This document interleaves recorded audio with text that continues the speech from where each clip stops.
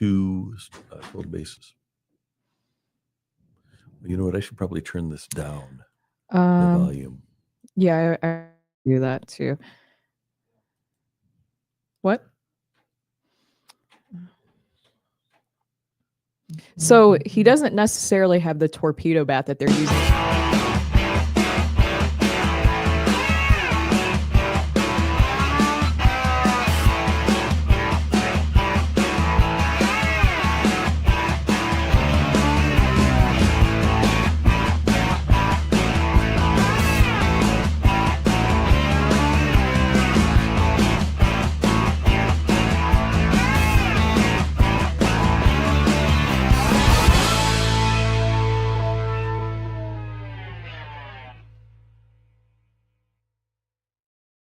I'm back. Great to have you with us. Went to a doctor's appointment yesterday. Found out about my sleep apnea. Found out about my heart.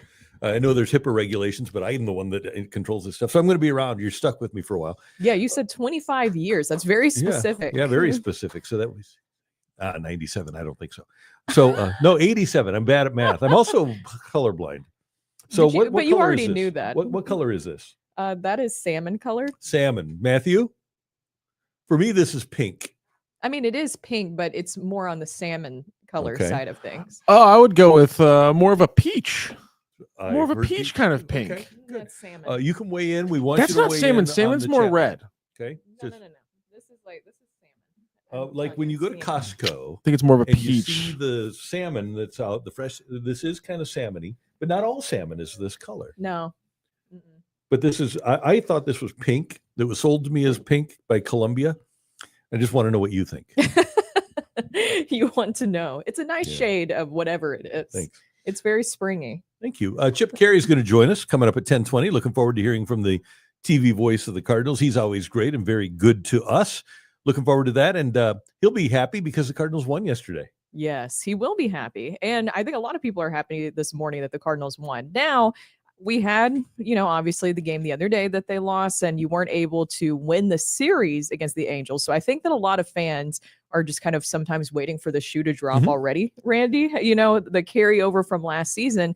But yesterday, I think some positives that I'm taking away from this Angels series, and I want you guys to weigh into on the chat, and Randy, your thoughts on this too. But what's different to me, at least in the series, is even in the game that they lost the other day, they were still threatening all the way till the end. Yesterday, still threatening all the way to the win, and they found a way to come back. It felt like last year, this group wasn't capable at times of doing that, where you knew that the game was over with, even if there was plenty of innings left.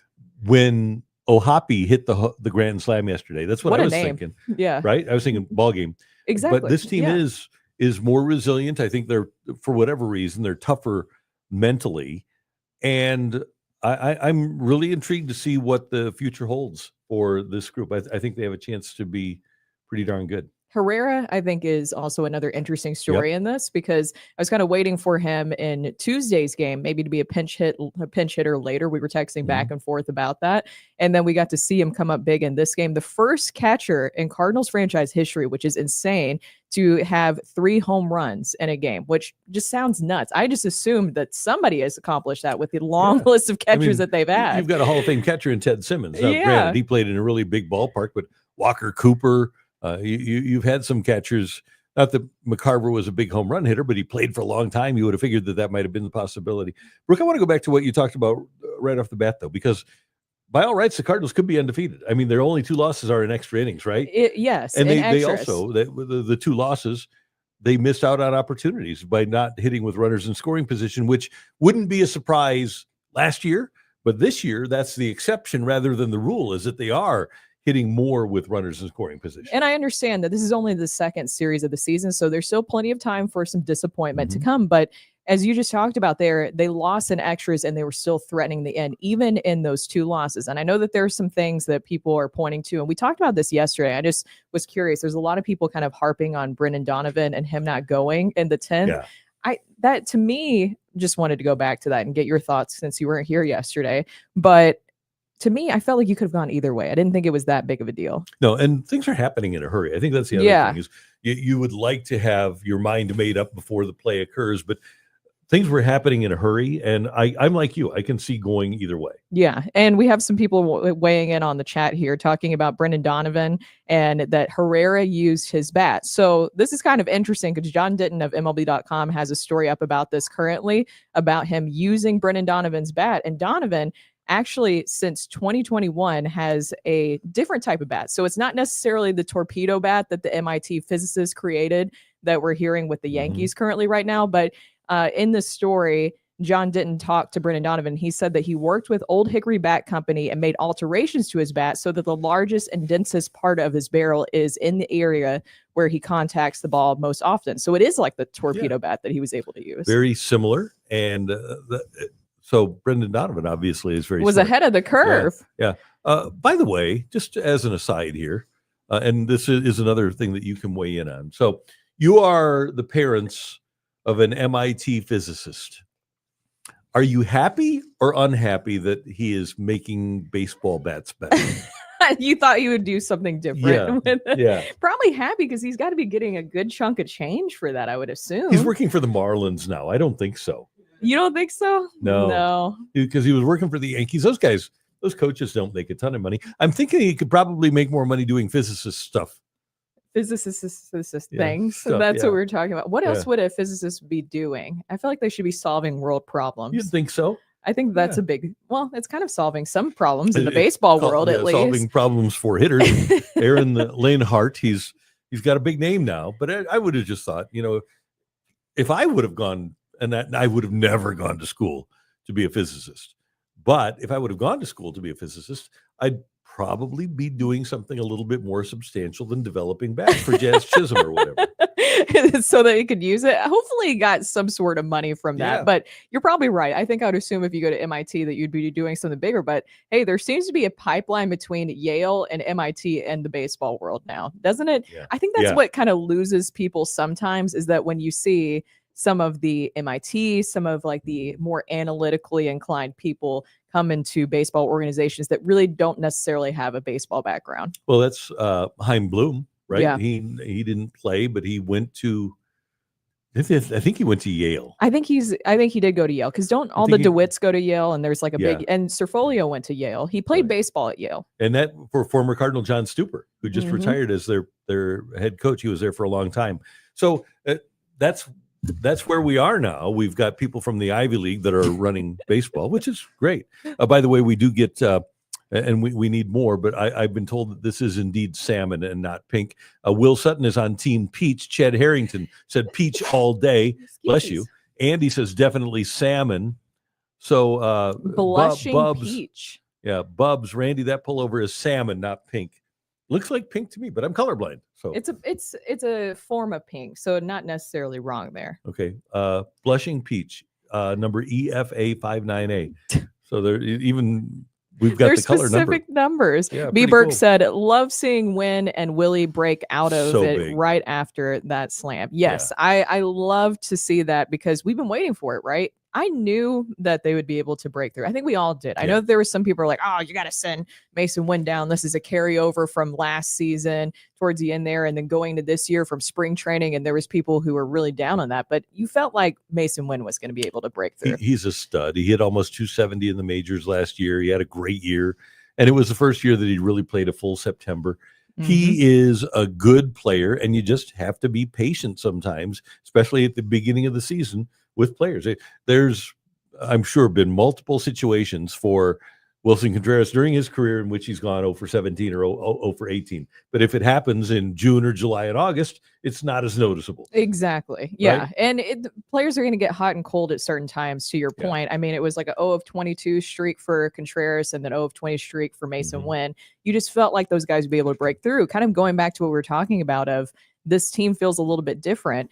I still go back to Nolan Arenado, and I don't necessarily know or say that he is like the leader of this group. I think there's a lot of different leaders in different ways. I think Lars Newbar's up there. Brendan Donovan, as we know, is a great leader for this group, and the young players really gravitate towards him.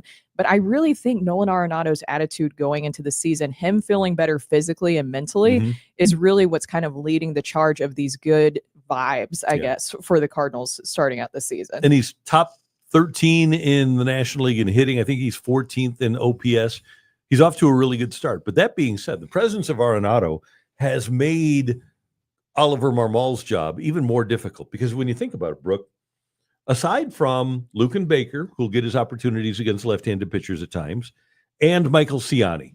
So you've got 11 other position players. You've got your starting 9. Let's call the starting 9 Nootbaar, Scott, Walker, Arenado, Winn, Donovan, Contreras, and let's just throw Herrera in there. But you want to get playing time for Pajes. You want to get playing time for Burleson. You want to get playing time for Mormon. So you've got a dozen players, 11 out of your 13, that you really not only want, but need to get playing time for, so that you can properly evaluate them. I think the job is more difficult now for what they're trying to do for Ollie than it was at the beginning of spring training. Yeah, I think so, because as you mentioned, you're trying to make sure that all those young guys get opportunity, because you do have to evaluate them. This feels like a make or break season for some of those players like Lars Nootbaar, like maybe even a Brendan Donovan. We saw that there was a lot of extensions in Major League Baseball yesterday, and it made me start thinking about, if you're the Cardinals, if you're looking at a young player that you're going to give an extension to, you need to make sure you see them as much as possible. Yep. Who's on the top of your list of who you would be giving an extension to? It is the aforementioned Mason Winn. Talked to Greg Amsinger about this, and I'm with him. Mason Winn would be number 1. Newt would be number 2. And for me, a lot of people will disagree with this, Quinn Matthews would be number 3, even though we've never seen him. Even though you haven't seen him yet. I like the potential there, though. 24 years old, already had pitched at Stanford, and that seems like a good carryover going into Major League Baseball. Now, I don't hate that. But think about this. Here we are at the beginning of the 2025 season, and I don't have Jordan Walker on that list. I would extend him. I'd extend a lot of guys, but my top 3 don't include Jordan Walker, don't include Victor Scott II, don't include Brendan Donovan, and don't include either of the catchers. So the question with Jordan Walker is, he's actually, I believe, looked pretty good at the start of the season. What is holding you back? So what's holding you back with him currently right now? Still not bought in? I just want to see a little bit more. Yeah, because of the struggles last season. It might not be as much a Walker thing as it is the other guys. Yeah. Right? Because I'm convinced now that if Nootbaar can stay healthy, he's going to be a star. I love Mason Winn, and I think he brings an element to your team playing shortstop. Best defensive shortstop in baseball right now, which is something that we love to have here in St. Louis. We know that. And then Matthews, I think he's the one guy that the Cardinals have of all of the starting pitchers in the entire system. I think Quinn Matthews is the one guy that's capable of being a number one. You know what, Rockio, we should get a pull up for this right now. If the Cardinals are going to give an extension to a player, let's just go ahead and put Walker on that list, though. So let's do Nootbaar and Winn. And who else am I missing there? Walker. Is there one other that we can add to the poll? Do you want to go? There's so many ways we can go. We could put Quinn Matthews on there. Yeah, Matthews but Donovan or Herrera. Yeah. Speaking of Herrera, and Joe asked this question: why isn't Herrera the primary first base and Contreras the catcher, who occasionally DHs? So I'm sure that you saw this the other day where Ollie Marmol was on KMOX, and he mentioned, obviously, we have seen that with Ivan Herrera, they're still trying to really develop his arm and get him a little bit more comfortable behind the plate. The bat is there, clearly. That's not an issue. And Ollie Marmol mentioned on KMOX that they're going to have him work on throwing from his knees, and he thinks they'll get better results there. Does that concern you at all that we're still kind of talking about this with Ivan Herrera? Because remember, when we talked to Claibs during spring training, he mentioned he went to Driveline, and I'm starting to get worried about Cardinals players at Driveline at this point, because we haven't seen Zach Thompson in a while ever since that happened. But what do you think what is the concern level, I guess, that you have Herrera, that we're still talking about this with him with his arm? I think when we get excited about a catcher throwing out one base runner, that's probably not a great sign. We're saying, he threw a guy out. He's got to be better. He just so far can't throw, and he's been working on it now for a long time. And I don't know that he's going to get any better. And Contreras, the reason that Contreras isn't behind the plate now is because they are concerned about his ability to manage a game from behind home plate. That they signed him as an $87.5 million catcher, and then found out he's not really what we were looking for. But they like the bat. This is one of the problems that Ollie runs into, because Wilson is going to be here for a couple more years after this year. Yeah, they tried to approach him. It seems like, from based off all the reports this offseason about maybe moving him, he wanted to stay. Same thing with Sonny Gray, wanted to stay. There's a lot of these veteran players that want to stick around. So then they have to kind of pivot and figure out, well, where do we want to put you? We're going to put you at first base.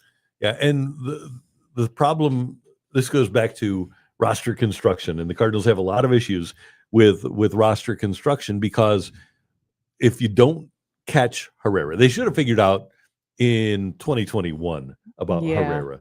They told us in 20 that he was going to be really good. In fact, I remember being told in 2020, right before the pandemic started, that Herrera was going to be a really good defensive catcher and he needed to work on his bat. I feel like I remember that. Yeah. Yeah. And obviously that has not proven to be the case. So you can't play him in left because you've got Nootbaar. He's not a center fielder. You're not going to play him in right because of Walker. He can play first or he can be DH. I don't know what you do in this situation unless you're willing to give up the defense to have him catch. But we also know that Pages, number one, is terrific defensively and can throw out runners and can manage a game. And the other thing about Pedro, on Sunday, he went 3 for 4. And his OPS right now is 1250 or something like that. And that's been the concern with Pages is if his offense, if his bat would be able to catch up a little bit. But I don't blame Ollie Marmol whatsoever when he's constructing his lineup and figuring out who's going to be behind the plate. I would also prioritize things defensively over offense. Yeah, but you hate to leave. I mean, those were because of Herrera's numbers. Runs. I know. And so now you have to figure out how to get him in. You also have Nolan Gorman.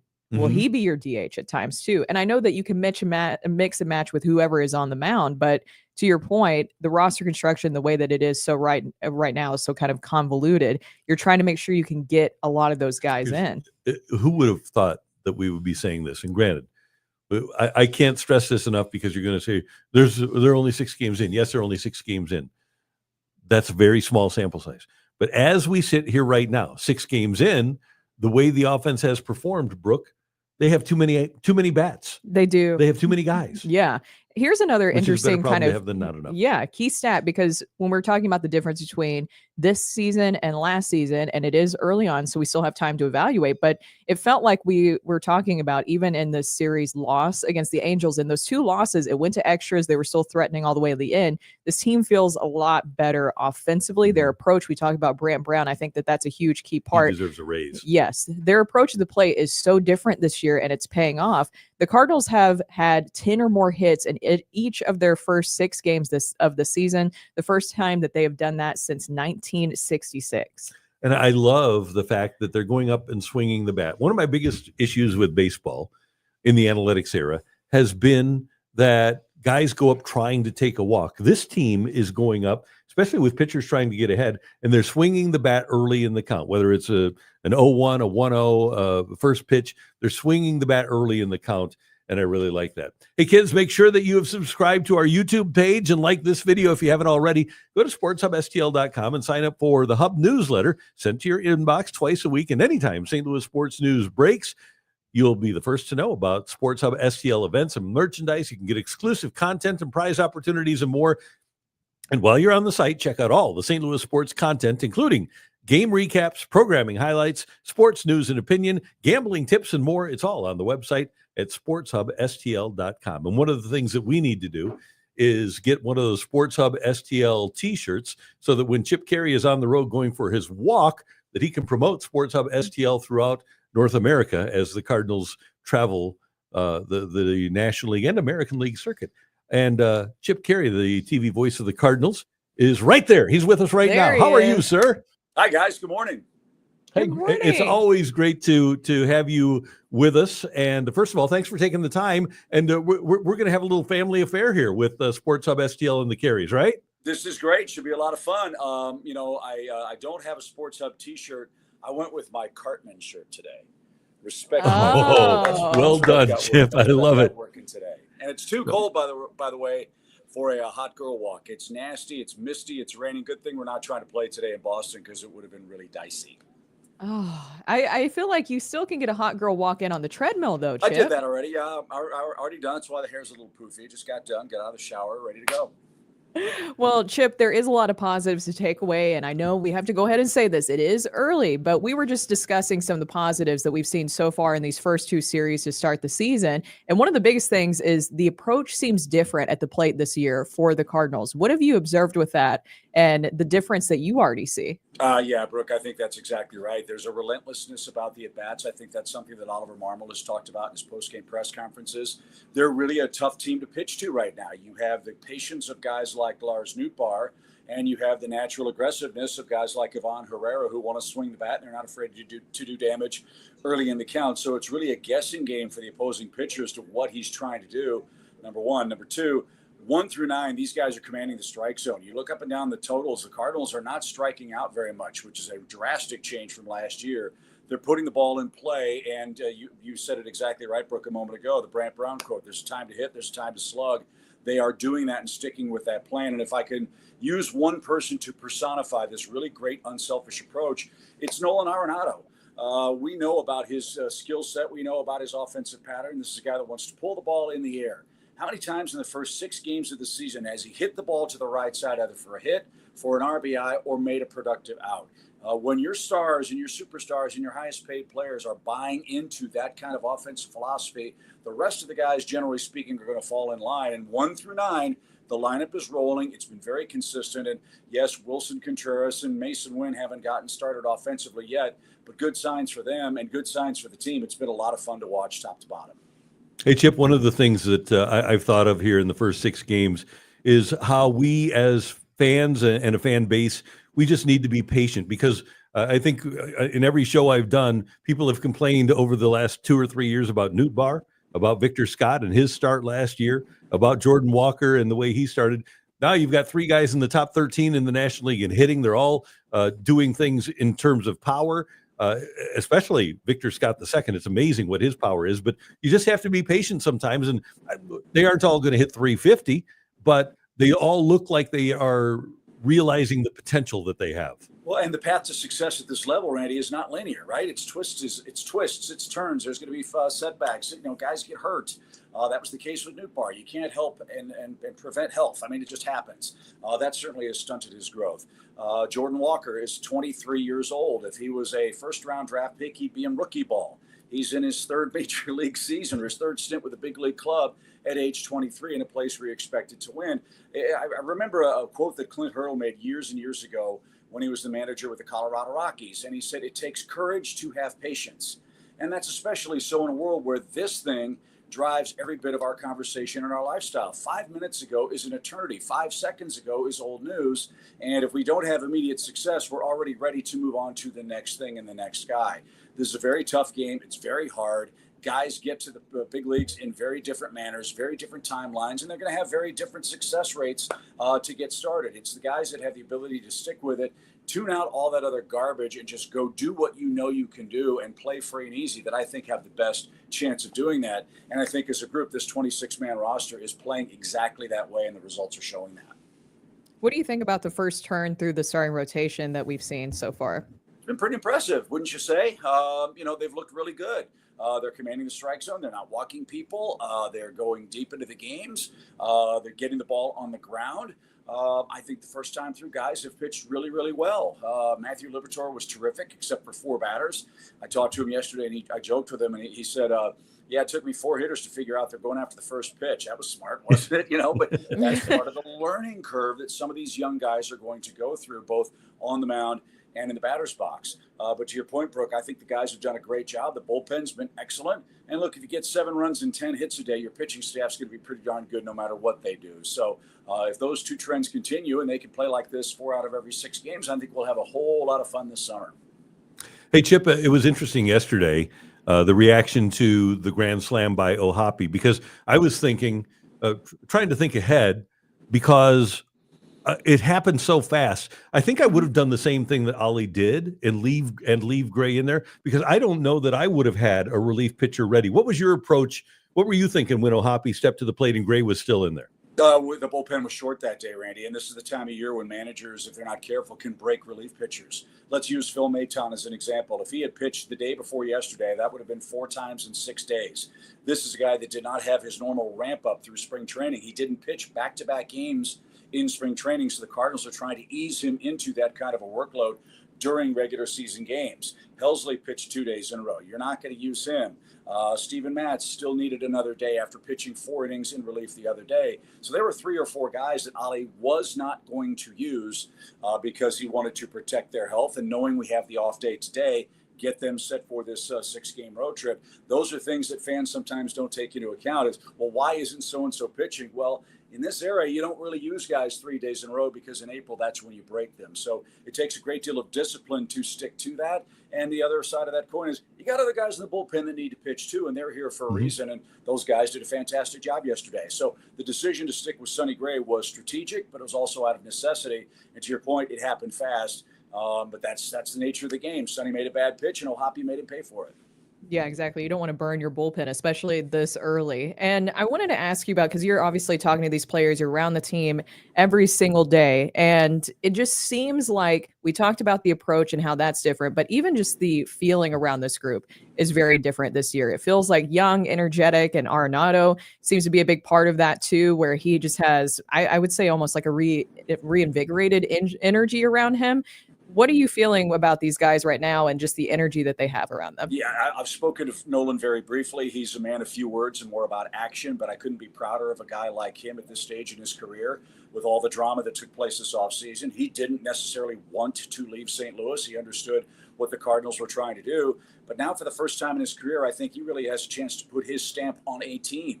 And these guys are following behind him in many respects. Is he, in my opinion, the prototypical leader? No, but this is a guy that's going to Cooperstown and he's playing his butt off and playing hard every single day and looks like a guy that is hell-bent on having a resurgent season to show Cardinals fans what he was just a couple of seasons ago. And to your point about these young guys, we all remember what it was like to be 24, 25 years old when you get your chance, right? All you say is, give me a chance and let me show the world what I can do. I think these guys are playing exactly that way. In years past, some of them would have to be looking over their shoulders, wondering if I go for 12, am I going back to Memphis? That's off the table. You know, we keep using the term runway. These guys are going to be given every single possible chance, advantage, opportunity that they can have as major league players to show that they belong here. And if at the end of the day they can't do that, then they've got to look in the mirror and take responsibility for that. So they're playing fast, they're playing free and easy, they're playing loose. And obviously, when you have success, it only reinforces that the thought process and game plan is working. And after the first homestand, I think we'd all agree it has been. And Chip, I loved the way that Mason Winn reacted to his 0 to start the season. And he's a mature guy. He understands there were, 156 games left. But, man, that had to be a great feeling when he finally got that hit. He had to decompress big time. Yeah, he's smiling. I was hoping he was going to ask for the ball. I mean, that would have been perfect. Put it in the mantle. Because both he and Contreras were approaching Cardinal record for most hitless at-bats to start the year. That was done in 1967, and they were both like 1 away. So they got that out of the way and got that taken care of. Look, Mason's going to hit. Contreras is going to hit. It just happens. It's the crazy thing about baseball. We see it all the time, Randy and Brooke. Guys are in spring training, and they come out roasting hot. Then the bell rings for whatever reason. They go cold, or guys have terrible springs. They come out and they light it up in their player of the week or player of the month for the first 3 or 4 weeks. It's the craziest thing about the game. It's the mental part of it that drives you crazy. But those two guys have handled it great. And just think how much fun we're going to have when 1 through 9 is really raking for the Cardinals, because the other 7 guys so far very, very good. Sports Hub STL presented by DraftKings. The crown is yours. I want to circle back, by the way, to Arenado. And this weekend, because Arenado against the Green Monster will be a fun battle. Should be fun. Yeah, it's a double-edged sword, right? Because guys try to hook the ball over the Green Monster, then they get into bad habits, right? You hit line drives and use the big part of the field. If you hit the ball hard, it's going to go. It's going to rattle off that wall or go over it. But yeah, I think Nolan's primed to have a big series. Hopefully we can keep Devers under control. He started to get hot. We'll see Bregman here. And anytime you get to do a game or watch games at Fenway Park, it's a really, really cool, special place. And to be here for their home opener tomorrow is something I've never experienced before. So we're really looking forward to that.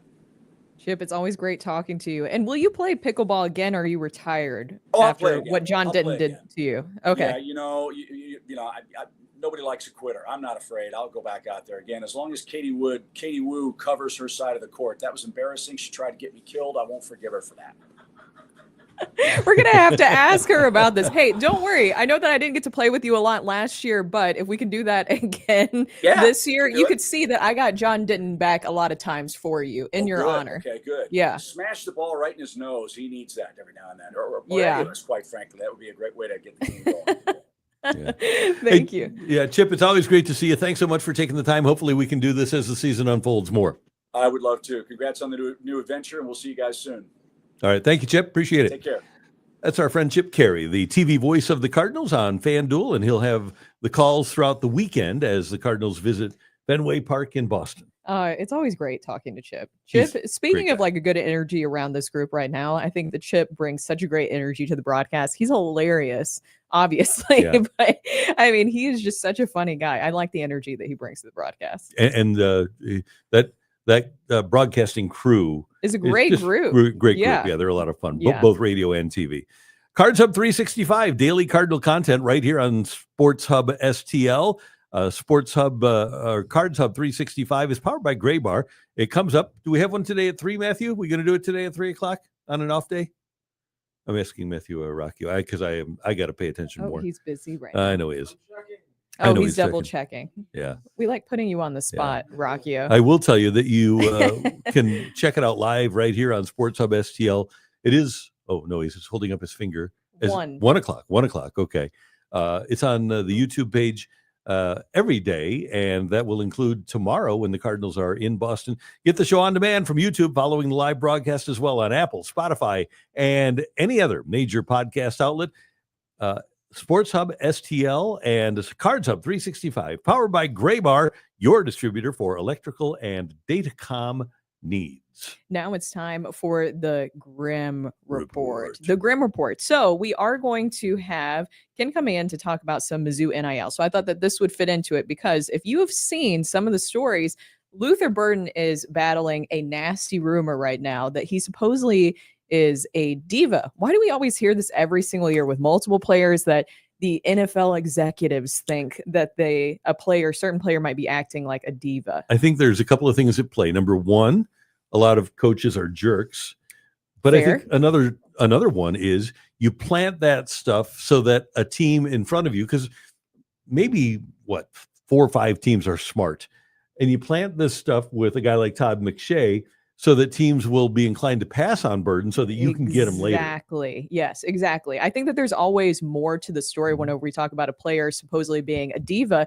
Here's the thing. Luther Burden, and a lot of us have been able to see him here for a while, knew him over at East St. Louis, got to cover him in high school, never saw any diva tendencies there. Right. He was talented. That's the only thing that I observed, and was always super nice, super gracious. He stays at Mizzou. I honestly thought he could have gone somewhere else. Mm-hmm. We see so many players in this day and age where they enter the transfer portal. He wanted to stay at Mizzou and helped build the program. Yeah. That doesn't sound like a diva to me. And it's unbelievable. I read a piece from a former NFL scout, and this might tell you why he's a former NFL scout.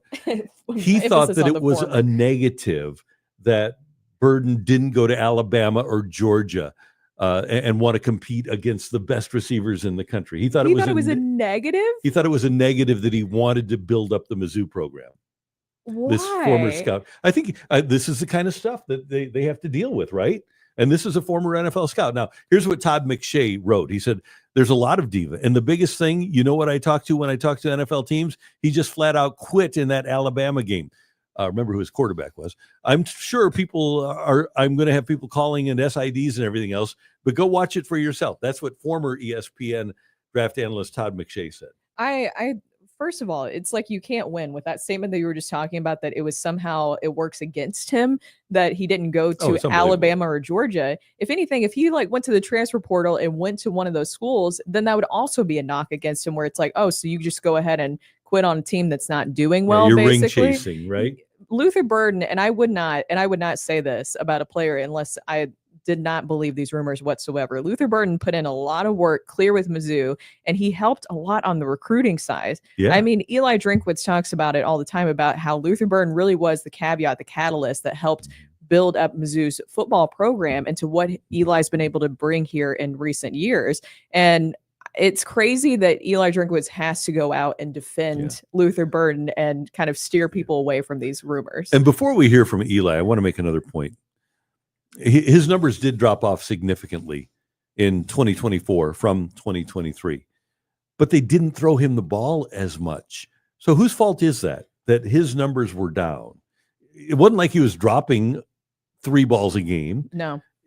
And he had Drew Pine, all due respect, Drew Pine. He had Drew Pine as his quarterback for several games. He was covered because of what had happened. He's playing in the SEC. And I think there was a lot of that went into his numbers drop off that doesn't really, if you watch the games, you kind of get it. But if you don't see the games, you might not understand. Exactly. And I think that's the big point is I don't think a lot of those people were actually watching those games to see what exactly was happening. He wasn't giving up. Yeah. So here is Eli Drinkwitz. He was on the Rich Eisen show, but it's not Rich Eisen interviewing him. It was Bobby Bones, who it's kind of weird at the same time, too. I was telling you before the show, Bobby Bones, country music guy, and he's a huge Arkansas fan. He's from Arkansas. So it's kind of funny that he's interviewing Eli Drinkwitz. So here's that interview with Eli where he talks about how he has to defend Luther Burden. Questions for, I know you didn't ask about it, but Luther are all about, you're hearing some of these anonymous quotes or anonymous scouts. And so now these go into what is the real truth? You know, we had one, I guess he's still on the draft. I don't know. He's not on ESPN anymore for whatever reason, but you know, he said that Luther Burden was a diva. And so trying to counteract some of those conversations and questions has really been what I'm doing. I'm talking to a lot of GMs, talking to a lot of position coaches and giving them the truth of who these players are. I like that subtle shot. Eli used to, and he was a little easy to make fun of, especially at the beginning of his career at Mizzou, where he kind of made it a little bit easier. But now I kind of like the subtle shots that he takes. I do too, yeah. Where you have to really be paying attention to the interview to maybe hear what exactly he's saying. Yeah, and it's really unfair to the young man. Because here you don't have anybody in the Mizzou program that's ever said he was a diva. No. Right? And so you've got Todd McShay, formerly of ESPN, calling him a diva. Where the shot was. And he says he's talking to scouts. Well, again, are scouts getting that from Mizzou? Or were they on the sideline? Were they in the meetings? Do they know how Luther Burden was acting?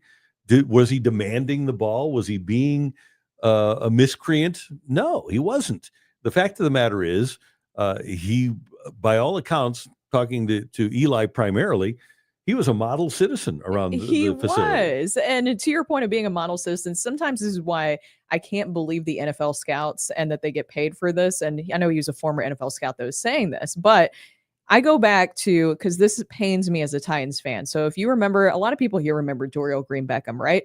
A long track list of things that he did wrong in college, clearly, because he had to transfer schools. A long track list. Was he a specimen physically? Yes. Talented, no doubt whatsoever. Calvin Johnson type talent. Yes. But at the same time, got in trouble so much, and it was so public. Then he even goes to the NFL Combine and gets in trouble for smoking weed prior to the event. And it showed up in his test results. And a Titans scout who got paid a lot of money said, yeah, we should still take him. Yeah. Sometimes it's confusing to me how for some players, Luther Burden has no track record of any issues like that whatsoever, stuck with the program, helped build it up. If anything, to me, that shows a lot about how good of a character he is. And instead, you sometimes see situations like Dorial Green Beckham where he did a lot of things wrong, and then a scout's like, oh, yeah, that's fine. Yeah, right. It doesn't make any sense. Yeah. Now, I would be a terrible scout. I will tell you that when the Rams took Torrey Holt with the sixth pick in the draft, 7th was Champ Bailey.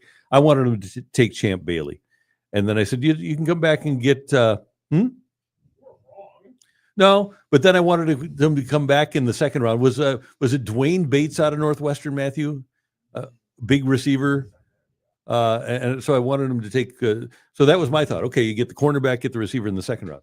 Well, they wound up with Ray Bly as their second rounder, and he was a Pro Bowl player, and they had Torrey. So would I be a good scout? No, but I think I've observed enough of Luther Burden to believe that he can be a really good NFL player. And if I'm going to draw a comp, it's Amon-Ra St. Brown. They're the same size. They run the same way. They both got good hands. They can both do a lot of things. They both have great moves, great run after the catch. That's kind of what I see in Luther Burden, is somebody getting an Amon-Ra St. Brown type of player.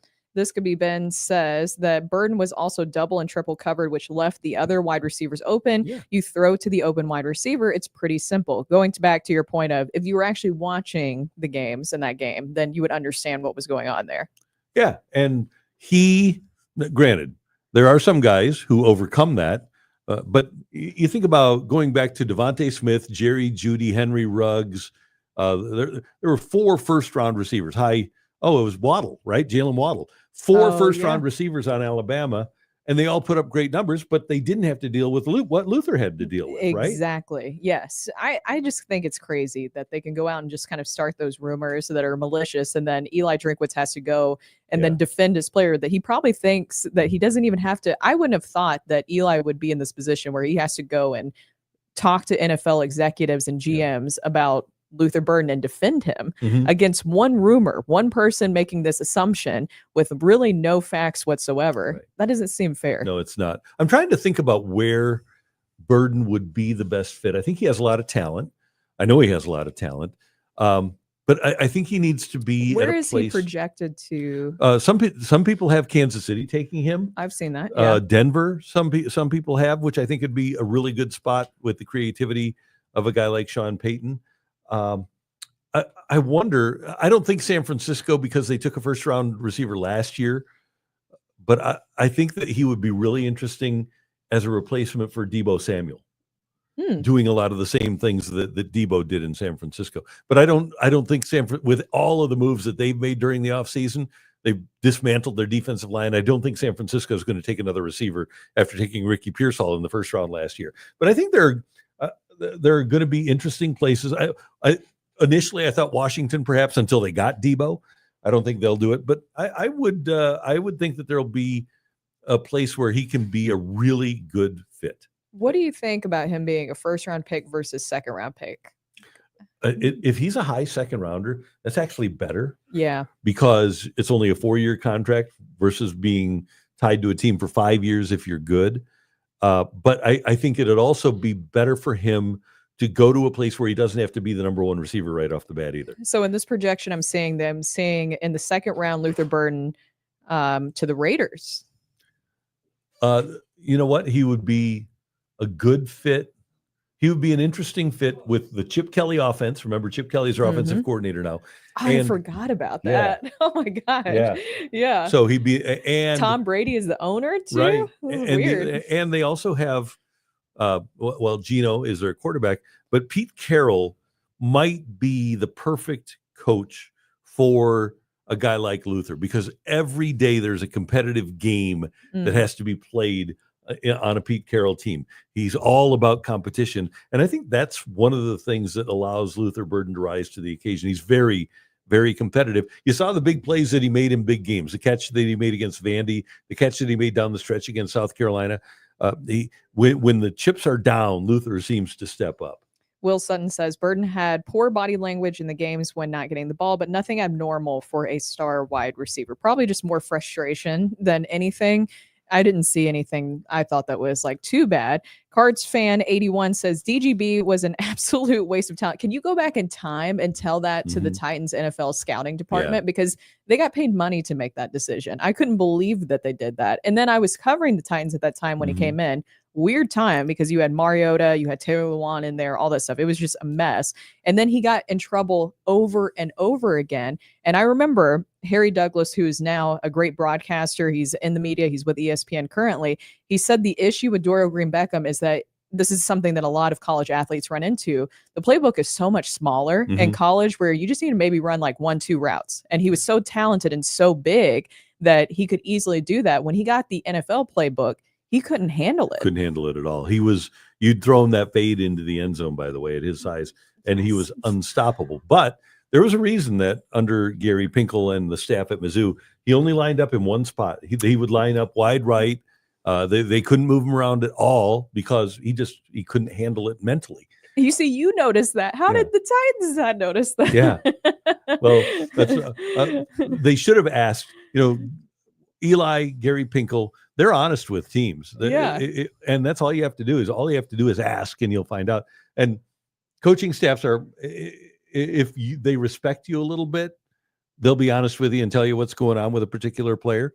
And so, there were a lot of people at Mizzou that were aware of the deficiencies of DGB. And by the way, those same people are the reason that we know that Luther Burden isn't a diva. Exactly. Right? We would have heard that forever ago. Yeah. And also, if you've been here in St. Louis, you've seen how he carried himself over at East St. Louis. So talented. He's done so much for the community too, by the way. Mm-hmm. With his NIL money that he has received, he's actually put a lot of that back into the community in East St. Louis. Yeah. And I'm really intrigued to see with what he's done, and if he has a level of success, and I think he will in the NFL, but I think maybe even a bigger acquisition for Mizzou, and now a bigger prospect for Mizzou, is Armand Membo, who's probably going to be a top 10 pick, the offensive tackle. He can play right or left. He's only 20 years old. Is he only 20 years old? I didn't know that. Yeah, and so he's coming out, and he is a guy that the league has fallen in love with. And one thing that we know about young people is you're 15 and you're an offensive lineman, and you see that Mizzou guy going with the 8th or 9th pick in the draft or 10th pick in the draft, then you say, oh, you know what? Mizzou would be a good place for me. I think having NFL players will be a real benefit in terms of recruiting for Mizzou. And we're going to keep talking about Mizzou NIL because we have a special guest in studio coming up. But first, we have to tell you guys about the Battlehawks because they had a huge win last weekend, and they have another game come up this weekend. Yeah, and let's see if they can come away with a victory this weekend. And we have Battlehawks coverage right here on Sports Hub STL. And I believe, if I'm not mistaken, that we're going to record a show today. Is that right? I believe so. I think we are. That'll drop tonight. Looking forward to that. And it's going to be quite a season, because if we go to I'm getting my microphone moved. If we go to Lee's Famous Chicken, they have the Battlehawks box for only $8.99, and you can get 4 chicken breast strips and potato wedges, plus save up to 30% on Battlehawks tickets when you are a Battlehawks fan, and just go to Lee's and say, hey, I want that Battlehawks box for just $8.99. It's a remarkable deal. And tune in to all the Battlehawks coverage with Luke and Judy right here on Sports Hub STL. We'll have pregame, and then, of course, on Sunday after the game, we'll have postgame too. Oh, man. I actually drove by Lee's Famous Chicken the other day, and I had already eaten, but I was so tempted to go out and get one of these because those potato wedges look delicious. So does the chicken. Okay, let's get ready to talk some Mizzou NIL. And by the way, if you go to sportshubstl.com, an opportunity to read about our current guest, Ken Dubinsky, who's heavily involved with the name, image, likeness area at the University of Missouri, doing great things. An old friend. Good to see you, sir. How are you? Good to see you. Yeah. Always good. Good to see you. Hi, good to see you. Yes. Okay, you guys have me on. Oh, it's fun. And what do we got? Let's start with that. So we've got the newer Burden. one. Speaking of Luther, always have to come with Luther's chips. I love those chips. They taste amazing. And I brought it. That's a sample for you. And then also the Mark Mitchell hoops, nice. which is out this season. Oh, beautiful. Both still in stores. And so what's the flavor of the Mitchell hoops? So it's a spicy. It's kind of like a Funyun type, like a round, but it's a spicy queso. He would have, yes. Yeah, exactly. Spicy queso. Really good flavor, nice little kick at the end. So we've had a great response to both of them. How did you get involved with the name, image, likeness place at the University of Missouri? Well, our mutual friend Demetrius Johnson, absolutely got to give him props. He was representing Luther, as you know, and this is back when Luther was an incoming freshman, so top 5 recruit in the country. And back then, it was a pretty unique thing for Mizzou to have somebody that highly regarded. And DJ wanted to do something special for him. He knew my background. DJ and I have been friends for 30 years, as I know you have, probably for longer. He knew my background in product development, and he had an idea to do a chip. We want to do something special for Luther, being a special recruit, and had that idea to do a chip, and the light bulb just went off. Just at the very beginning of name, image, and likeness, his was the first chip out there, and really got a great response to it. And then obviously others have come from there. A lot of the other category managers at Snooks like the idea, want to do other things. So that's where the pizza and the ice cream, the cookies and candy and all have come from. And that's why we like having you come in, because you always give us amazing treats. And I even, when I'm out at the store, I love seeing this at Snooks. I see it all the time there. And I love the flavor of these honey barbecue chips that Luther Burden has. And now we have the spicy queso with Mark Mitchell. So what is the process like for these players on how they get to pick out the flavors? How involved are they in this process? So they definitely have approval rights on the packaging and the product itself. Like with Luther's, the beginning, we went through a few renditions. We partnered with Old Vienna here in St. Louis. They had, obviously, their Red Hot Riplet. We did a honey barbecue version of their Red Hot Riplet, and that's what became Luther's chip. So we had him try them along the way. And then we also did the ranch version of his that is his personal favorite, that was out for a while. And so they're definitely involved. And like I've said on these products, fans are going to buy them the first time because they support the team, support the player. They're going to buy them the second, third, and beyond because they like the product. So it's very important. I've always taken a lot of pride in putting good products out there, and we've had a great response. Those hoops are absolutely delicious, by the way. Glad you like them. I have a question, and I don't know if you can answer this, so I'm going to put you on the spot. With the NCAA versus House ruling that is going to present a $22 million cap for each athletic department, is something like this still going to be allowed? So this is the outside name, image, likeness is still allowed, right? Absolutely. And that's what I've always felt good about what we do here. Is it truly is paying the players for their name, image, use of their name, image, and likeness. And so with the House settlement, as you mentioned, actually supposed to be agreed upon Monday. There is going to be that cap that is solely for the schools to pay, but then the players can do their own marketing, name, image, and likeness deals. And that's where I think things like this hopefully will help Mizzou kind of separate itself, because they've been way ahead of the game on that. Why? How has Mizzou gotten ahead of the game? I think, well, a number of things. They've got a Drink and Coach Gates bought in early on to NIL and what it could mean. Obviously, legislation has been good within the state. Hopefully, these products have helped a little bit and kind of unique. Mizzou was definitely the first one to have a chip, the first one to have all these other products. So hopefully, it's kind of something unique and something cool for the players to walk into a grocery store and see their name and face on the product. And by the way, you mentioned legislation. Curtis Gregory, former lineman at Mizzou, is a legislator in Jefferson City. So a lot of the football, sports, NIL things that are brought to the attention of the legislature, he's got a voice down there. And I think a lot of states probably don't have a former athlete from the school that are able to help out in that regard. Yeah, he's been a big help. And I think, it'll be interesting to see how things progress. I mean, Monday's a big day with the judge supposed to approve the ruling and all. And then it's, that goes into effect July 1. So from July 1 on, there's that hard cap. But then again, what's going to separate different schools, I think, is what they do with the name, image, and the true name, image, and likeness, and doing these types of items. We see a lot, especially in national media, where NIL is villainized in a lot of ways, of like, oh my gosh, these players are getting a ton of money. But I'm sure you heard us talking about Luther Burden. I've seen where he's actually taken that money back and put it back into the community that helped him grow into the person that he is today. Absolutely. What are some of the positive stories that you've heard from NIL with these players? How it not only makes a difference in their lives, but then how they take that money and help other people too. Yeah, no, that's a great thing to bring up. I know, like, Luther did a camp. He did one this past year, but also the year. So he's done 2 years in a row, and a free camp for kids. I think he had 150 kids. He did it out of East St. Louis. I remember kind of a fun thing. Afterwards, he was giving out some chips to the kids and handing them out. And the kid all of a sudden is looking at it and says, "Wait a minute, this is you." And it was just a really cool moment for him to see that. And so absolutely, Luther, I'm excited. Draft's a few weeks away. He's just a great kid. It's been a real pleasure working with him. And Randy, I know you've gotten to know him a bit too. And he is what college athletics should be. He came here. Again, I think DJ, with the year that he had with him, of course, DJ obviously passed away really unfortunately, a couple of years ago.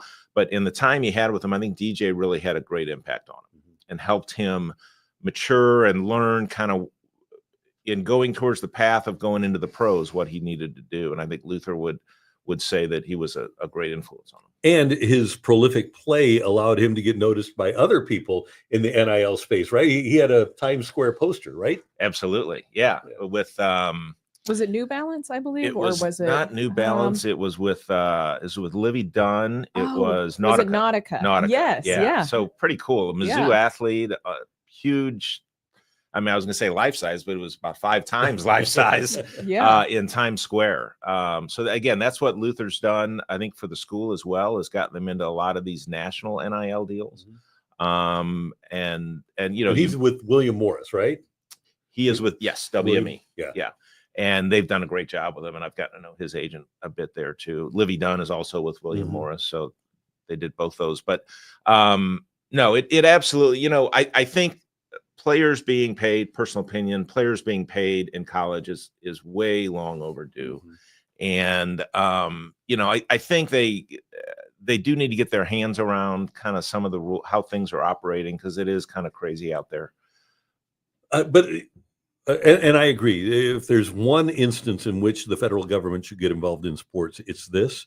But it seems to me that the NCAA is kind of naive and maybe even unnecessary. When the NCAA just in the last couple of weeks announced that, okay, now people can start negotiating for name, image, likeness money before a player goes to school. That's kind of ridiculous and naive on their part, isn't it? Because for the most part, players had a pretty good idea of what they were going to be able to get when they went to a school, right? Yeah, absolutely. And now the agents, whereas even last year, you know, so previously the collectives, and people probably heard that word, a lot of the collectives were funneling the money. That sounds bad, but that really is what they were doing, is funneling the money to the players. Agents didn't get that involved, but now with the upcoming revenue share that you mentioned, there's $20+ million going out. The agents are all very well involved. And we have a collective here in St. Louis. Is that still necessary? You're heavily involved with. Is the collective still a thing? So Mizzou, again, is someone, again, I think they've been ahead of the game in Every True Tiger, which Brad Larondo now runs, is actually an agency of the athletic department. Okay. And that's where I think a lot of the what previously were called collectives may migrate to. I think there will still be some place for collectives in certain places, but what they do will be different. You know, whereas in the past, a big function of theirs has been to raise funds.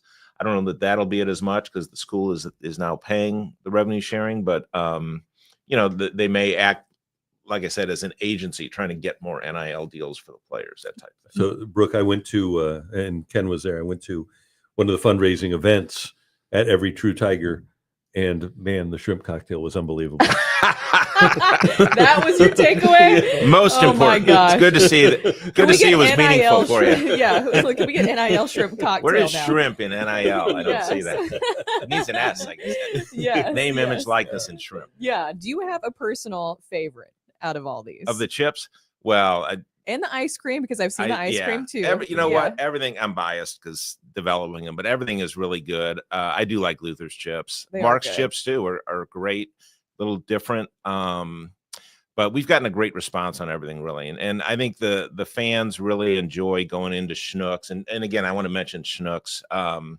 Snooks has just been a great partner. You know, I mentioned DJ. When DJ and I got together with Jason Reed, was the category manager at Snooks. This is before we had released it, and that's when we kind of showed him what we had, and he made the decision to put it in all Schnucks stores. That was just a huge boon for not just Luther's chips, but really what is developed with the program. So big shout out to Jason Reed, and Schnucks has been a great partner.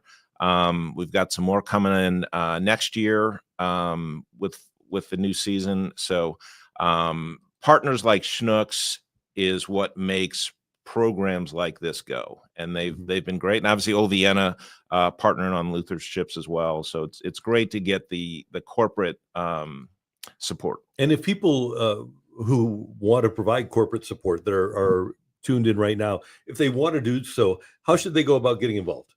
The best way is probably through Every True Tiger. And I can get you the contact information. Brad Larondo's their CEO, and he just does a great job there. And so they're doing a ton. And again, not just football and men's basketball, but all sports. I know obviously a lot of excitement around Kelly Harper being the new women's basketball coach, and a ton of excitement with that. I know they had a ton of people there, I think this past Monday at her introductory press conference. So again, and that's going to be, involve NIL and bringing the right players in. And in the SEC, it just means more. Absolutely. It really does. Well, thank you so much for coming in and joining us. This has been great. One other thing, Ken, and you and I are going to head up next week. And I'm so happy and thrilled that the university and the football program are going to continue to maintain the legacy of Demetrius Johnson. And you and I are going to head up on Tuesday, is it? Wednesday. Wednesday. Okay. Yeah, really excited. Actually, ironically, I'm out of town Tuesday and Wednesday, came back, made my flight to get back in time to go up there for it, because DJ was a great friend to both of us and a really great friend for the program. Former All Big 8 defensive back, NFL player for a long time, and really just a great man for the community. So it is great that Coach Drink and the program up there is honoring him in that way. I think it's the Players Lounge being dedicated. And again, he's just somebody that really tragic what happened when he passed away. But I think it's a great way to memorialize and remember him. Yeah, and every player, when we talk about being involved with the community, every player that walks through the doors of that lounge should be educated about what Demetrius Johnson was and what he did. Yeah, because and Brooke, what you mentioned, giving back. And that a lot of the players like Luther are doing that with NIL. I mean, DJ absolutely did that, and that would be a whole nother segment of everything DJ did for the community. But again, using his platform as a player and former player, and it's great for the current players to see that as kind of a blueprint for maybe the path they can go. Ken, thanks for what you have done, bringing us this morning. We're going to put this to good use, but also for what you do for Mizzou and what you do for the community as well. It's remarkable, and we thank you very much. Thank you very much. Appreciate it, Ken. Thank you so much, Ken. That is Ken Dubinsky. And again, if you want to get in touch with every true Tiger and get involved with NIL in that NIL space at the University of Missouri, that's the thing to do. Yes. Hey, if you are ready to win real money, there is something that we can help you out with. If you're struggling to choose which team will pull off an upset, forget about the teams. All you need to focus on is player stats to rack up big cash prizes with DraftKings. Pick six. And when it comes to massive payouts, DraftKings dunks all over the competition. Pick six is available in most states, including Missouri, California, Texas, Georgia, and more. Track your picks for a huge shot to win huge cash prizes. It's as simple as that. And I've got a pick six going tonight, Brooke. I've got Paul Goldschmidt to hit a home run. Thanks for your assistance on that. Paul Goldschmidt to hit a homer tonight. And I also have Bryce Harper for more than 1.5 total bases. So I'm hoping that will be what I have to get me some big money. Well, he does have the torpedo bat. So when we were talking about Paul Goldschmidt and what to do there, I was like, you got to have him in that situation. He has the torpedo bat, and it'll be against his former team. I like that pick a lot, Randy. Thank you very much. So that's what I've got going on tonight. If you want to turn your college basketball knowledge into cash today, get ready for the last 4 teams. New players get $50 in pick six credits instantly with just a $5 entry. Gambling problem? Call 1-800-GAMBLER. Help is available for problem gambling. Call 888-789-7777 or visit ccpg.org in Connecticut. Must be 18 and over. Age and eligibility restrictions vary by jurisdiction. Pick six not available everywhere, including New York and Ontario. Void where prohibited. 1 per new customer. Bonus awarded as non-withdrawable pick six credits that expire in 14 days. Limited time offer. See terms at picksix.draftkings.com/promos. That was great having Ken on. And I will say that these hoops are delicious. I feel like some people might feel like I'm lying because every time that we have something in here, I say that it's delicious. But I love any sort of snack. I'm a snacker. I am, okay, I must confess. And by the way, these two, Matthew and Brooke, have ripped me in the past for saying, I just like a normal chip. I'm not a barbecue chip guy. I'm not a sour cream and onion chip guy. I'm not a red hot chip guy. I'm just not. And so these two just hammered me one time when I told them, I like Pringles. I like regular Lay's chips. And no, the old Vienna regular Ruffles chips, they're fantastic. I love them. But and I do, by the way, like these. Do you like these? Yeah, but I'm not. I'm just a regular Chip guy. Okay, so we asked you earlier, who should get the next extension? Should it be Jordan Walker, Mason Winn, Brendan Donovan, or Ivan Herrera? And right now, Mason Winn has 36% of the vote, and it's very even. Winn at 36%, Walker at 19%, Donovan at 33%, and Herrera only at 12%. Interesting. I'm not surprised by Winn. Winn has said many times that he wants to be the face of the franchise. And I know that people are going to be down with his skid that to start out the season. But at the same time, too, you knew that he was going to break out of it.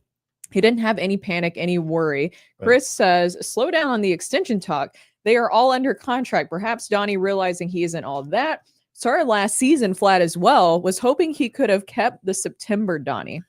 Huh.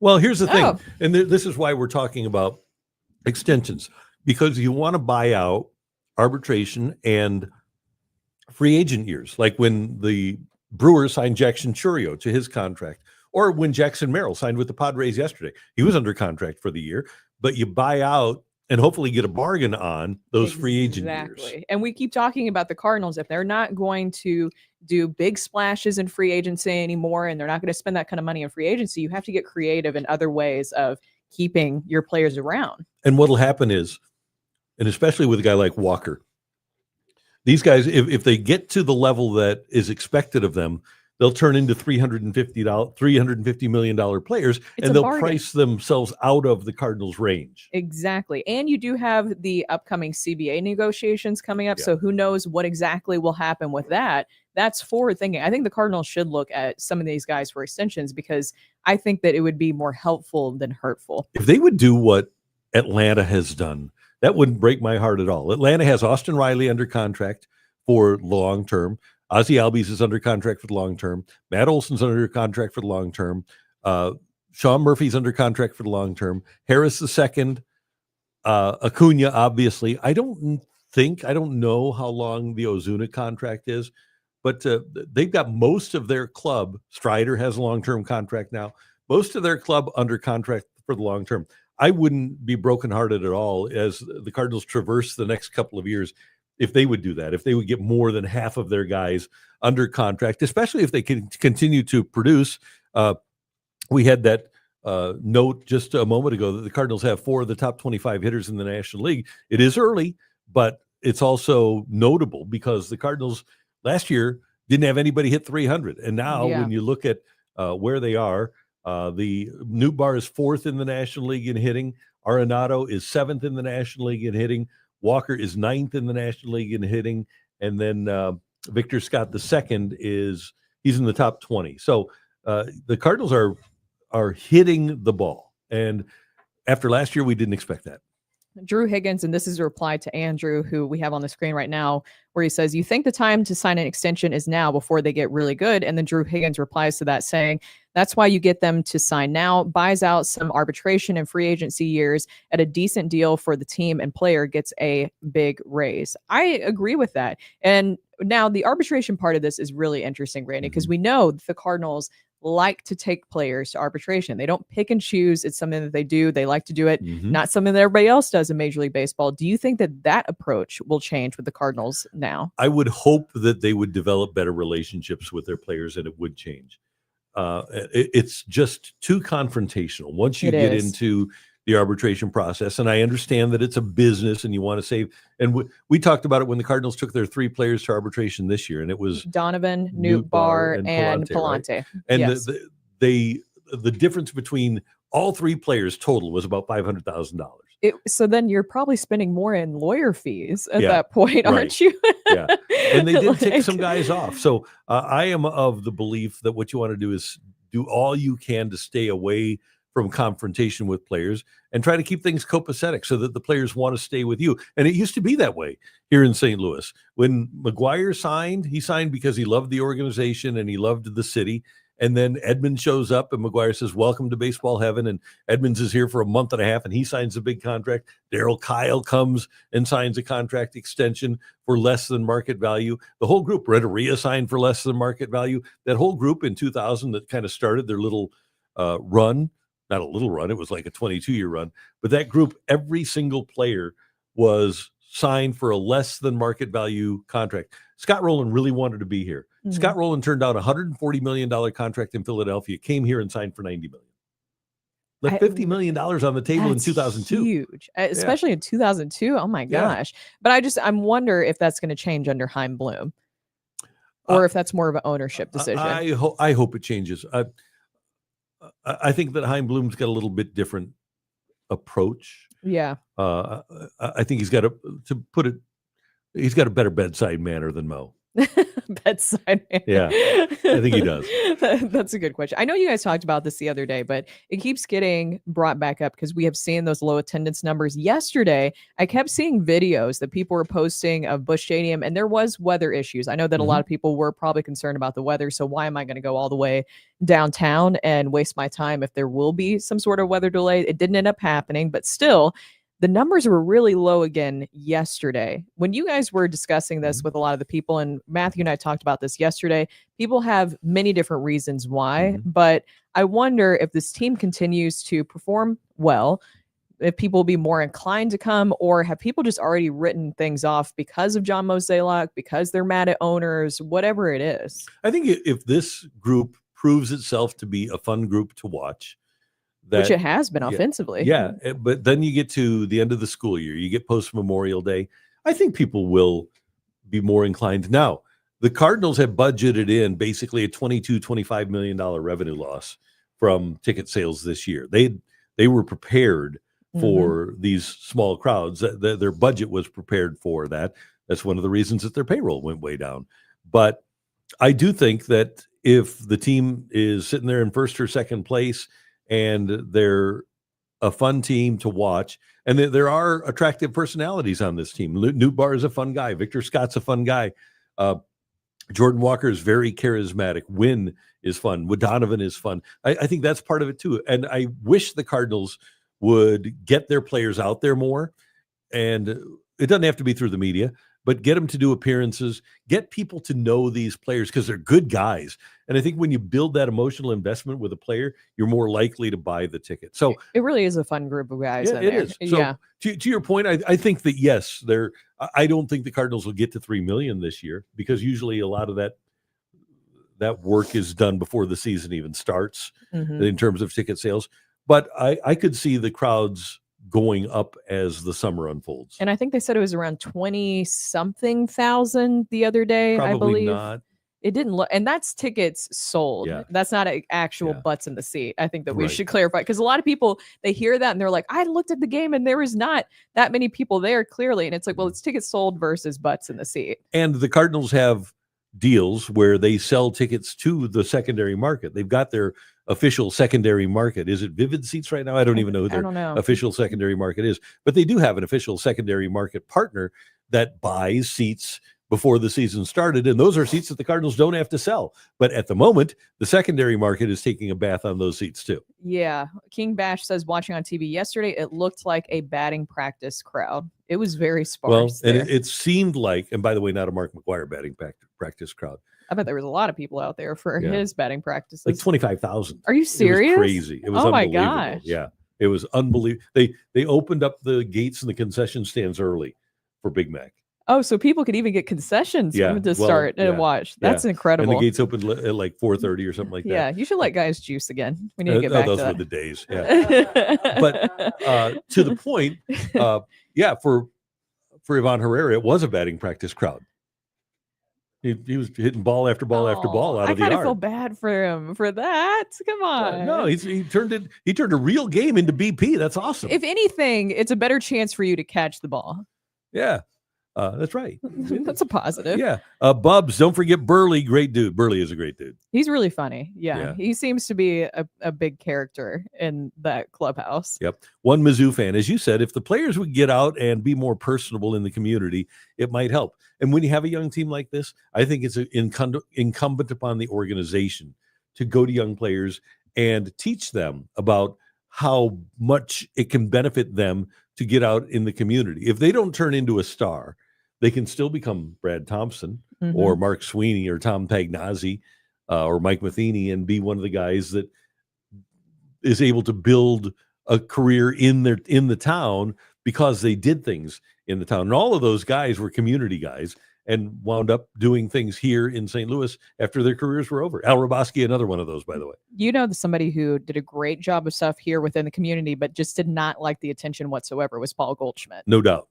Yeah. Remember, so he was the field, the interactive field at the South County Y is the Paul Goldschmidt field.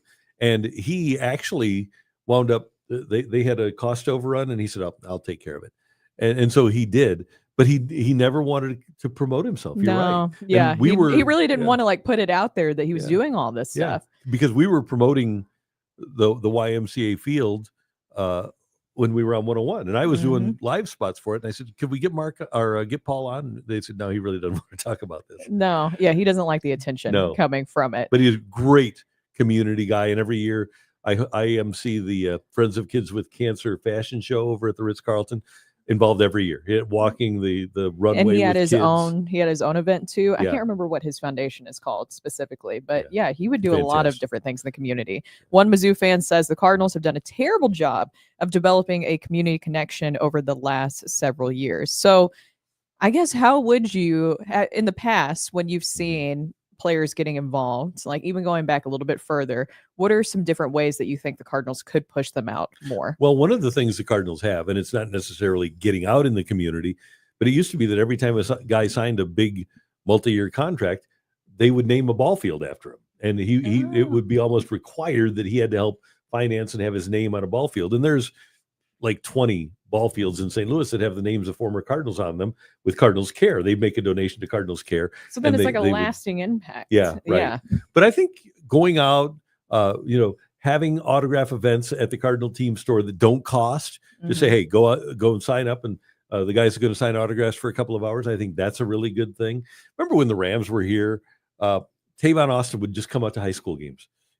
Nobody had to ask him. He just did. He'd go out and he'd hang out at games. And there were several players that did that. I think if they just took a cue from the National Football League, I think it'd be really easy for them to get players out and not infringe on their time too much. Andrew says the Cardinals have done the Cardinals do have the Cardinals Caravan and the winter warm-up events in the preseason, but not a whole lot during the season. Right. I feel like, and maybe this is kind of a bigger thing too, COVID probably has a lot to do with this. It felt like after that we got so used to kind of distancing ourselves more from people and events and big events like that. Yeah, and I think that is an issue, no doubt about it. Yeah. But again, you got to find a way to sell tickets. You do. I think that building an emotional tie between players and the team makes a big difference. And we had Vince Coleman on a few weeks ago. Vince Coleman, when he came up as a rookie, was heavily involved in the community. Look at Ozzie. Ozzie hasn't changed a bit. Ozzie's everywhere. Yeah. And maybe Ozzie can give them some tips on that. I think that's a good idea. And Brad Thompson. Yeah. Mm-hmm. I Brad think Thompson's everywhere. Yeah. And I think it's a really good thing. It's so important to have athletes in your town and sports people in your town. And I think those guys, that group that we have talked about, would do well. And by the way, this isn't to say they don't do anything, because at Wayno's event, when we would go to Wayno's event to they were all there. Every player would show up.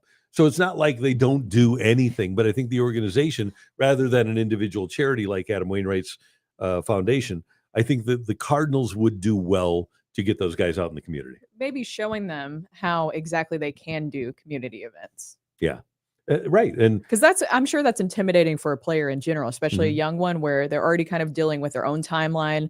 They're very busy, of course, and how exactly they can manage to do a community event. And one of the things that you can do if you want to get people into the ballpark, the Cardinals did this a few years ago, have current players sign autographs in a concourse before the game. So they're already at the ballpark, and open a gate at 4:00. Rather than 6 o'clock, or maybe even that would get a lot of kids in. Yeah, right. Get people into the concourse, have the players sign for an hour. Yeah. And you already have the people in the ballpark, and people get their autographs. I like that. I think that'd be a good idea. And if the players don't want to do that, the Nature Boy, Ric Flair, was in town last week. Woo! Did an appearance at On the Run and didn't sign any autographs. It was just pictures. But there was a line around the building, Brooke. It was a massive line. Yeah, because you couldn't even get in there for a picture. Right, I couldn't. Yeah. So that would be another idea, Cardinals, is don't even force the players to sign autographs. Just do photos. I like that. I think that would be a really good idea. I think it would also make people, if you're trying to get people into the stadium, that would be a good way to do that. Yeah, I think there's a lot of ways to go about it. And I know it's more difficult in 2025 than it's ever been, but you have to find a way to rebuild this fan base. I do think, people are saying that we love the Cardinals, we'll be back. I'm not sure about that. When you go from 45,000 a game, 40,000 a game to maybe 10,000 a game, it was sparse. Pretty substantial. And Matthew and I looked at this the other day. What year was that they had? Was it 18? I think it was 2018 where they had two previous seasons of no playoffs. They came off, I think in 2017, they were also coming off an 83 win season, but their first 10 home games, they failed to draw 40,000 only one time. And at that time they drew 38. Wow. Yeah. So it's an apples to apples comparison. And you can even say weekdays, because I mean, even during weekdays, people still show up. But I think this is a message that the fans are trying to say. I think that also the payroll conversation is something that hasn't resonated well with fans, because especially in today's climate and how things are, how expensive things are, people don't really want to hear like, oh, so you're reducing payroll. Well, what's the point of me going? Like, I'm working my tail off. And I've also have seen people post on social media too, that even though tickets are less expensive this season to get into, it still adds up. I saw that there was other teams, like, who was it? It's not the A's. Who is it that's doing kind of like a budget concession menu? So one of the teams is doing that. Yeah, we talked about that the other day. Matthew, who was that selling less concessions for less this year? It's not for less. The Coastal Carolina Chanticleers that's what it was, are giving free food. That might be hard to do. That might be too hard to do. I know that there's one MLB Carolina team that has Chanticleers, Brooke. I mean, we're talking about a team that's in the Sun Belt. If they can afford this, if they and their concessionaire is Aramark, which is a fairly large scale concessionaire. So if they can pull this off, I don't hear anything from any other organization. Let me hear your arguments on why you can't pull this off. How are they making money? You have to go to your partners. That's the problem. Is it Delaware North? I think Delaware North is a partner, and I think that would be something that you would have to arrange with your partners. Yeah. Or maybe have something exciting new added to the concession menus. It seemed like every team was debuting something crazy. I thought what we have was fantastic. I like crumble cookie being added to it. It was good. I'm saying, haven't you seen some of the crazy items that they've been adding to certain ballparks? Like the tiramisu helmet. That's amazing. I would get that. So Ken Dubinsky headed out the door. He's our guy. Okay, so one more note about this in regards to payroll. Yesterday, USA Today, and you can find it at usatoday.com, they put out their annual database of salaries for every team and every player. The top 4 paid players on the Mets: Soto, Lindor, Alonso, Marte. The top 4 of the Mets make more than the Cardinals roster. Ooh, that's painful with that realization. Yeah. Wow. Yeah, pretty amazing. And of course, we know that paying doesn't always equal winning unless you're the Dodgers. But man, that just kind of shows you the difference between where the Cardinals are at and where the Mets are at right now, or even just that top and tier Steve Cohen of is teams. Yes. Wow. And the Mets have the highest payroll, not the Dodgers. The Dodgers would, but all of that deferred money is not counted against this year's payroll. Do you think that that's something that will be addressed with the new CBA? I know that people are trying to find ways. We've talked about the floor and we've talked about the cap being introduced possibly, but is there a way that they can maybe control the deferred money better? I think I think that is something that they can do. And players will be resistant to that because players are making a lot of deferred money. But I think they need to just make the Ohtani $68 million a year deferred. There's got to be some limits to that. There has to be limits to that because then you're obviously kind of working around a lot of different things. But I also think when we talk about a cap and a floor, this is a perfect example because the Cardinals aren't a have-not, right? They're a franchise with a history that should theoretically be able to compete financially. Not that they aren't, because we all know what they're doing this year, right? They're playing young players. But when you have one team that has 4 players that make more than pretty historic franchise, and it makes more than the whole team. I think that's something that other owners should be alarmed by. And the Cardinals are 19th, I think, in payroll this year. Wow, that is a drop from where they were last year. Do you know what it was off the top of your head? I think they were 17th. Yeah. So, but you've seen it creep down, and you have them sending that message of payroll. We're getting a lot of different people coming in with the chat about what that disconnect is right now with the Cardinals and with the fans.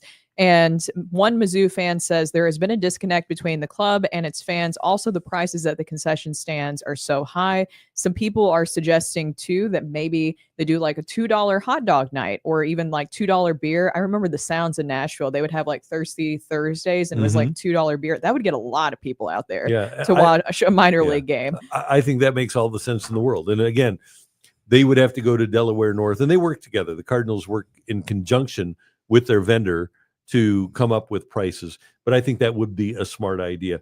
A few years ago, 2006, 2007, longer than a few years ago, but the Blues had free food days, and so they were drawing like 5,000 or 6,000 a game. But on the free food days, they draw 16,000. It just gives people more of a reason to say, "Oh, okay, yeah, I can get a ticket. I can get some free food." Come Ralph Longo says last year the ownership kind of crapped on the fans by telling the fans the cards were bad because of them. Obviously, paraphrasing. But that is how it came off. So I think when we're talking about that disconnect, and that's what we were kind of mentioning yesterday, is some of the past quotes from ownership, I think, are things that have not resonated well with people, because the owners, Bill DeWitt Jr. in the third, those are business guys. Right. And sometimes that messaging doesn't translate well over to the fan base, who are more, I would say, like, if you were to generalize the fan bases in general are more blue collar, hardworking, not saying the ownership isn't, but do you understand what I'm saying? Of like, there's kind of a disconnect sometimes between the messaging. Yale, Brooke. Yeah. I'm not trying to crap on the DeWitts, but there is kind of a difference. And there's a difference between kind of that type of business and resonating with kind of the everyday person. And I think some people, they want to hear what they want to hear. They don't want to hear what they need to hear. And the fact of the matter is, you got mad at Bill DeWitt III for telling you the truth, right? And the fact of the matter is, there isn't a surviving company in America that is going to spend more when they're taking in less. That is just not a business plan that works. So the fact of the matter is, when he said, well, when our revenues go down, our payroll is going to go down, paraphrasing again, he wasn't lying to you. He was just pointing out a fact of business. And that's the way business works. When revenues for a radio station go down, they find a way to get rid of money. We know that story all too well. Yeah. We really do. Yeah. Same thing with TV. It happens a lot. It does. Like, it happens a lot. People get laid off all the time because revenues go down.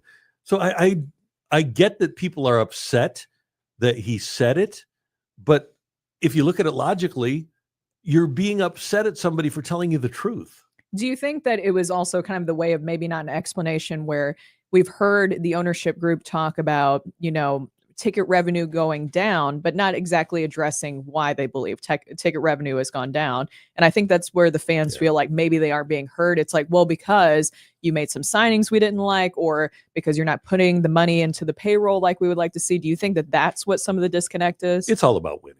At the end of the day, it's all about winning. And everybody knows, the Cardinal ownership knows, we know, it's all about winning. And ultimately, if you do win, and you got to win at a high level in this town, if you do win, you're going to draw fans. And I said yesterday, be careful what you wish for too, because we've also have seen people say here recently, like different ownership groups sell the team.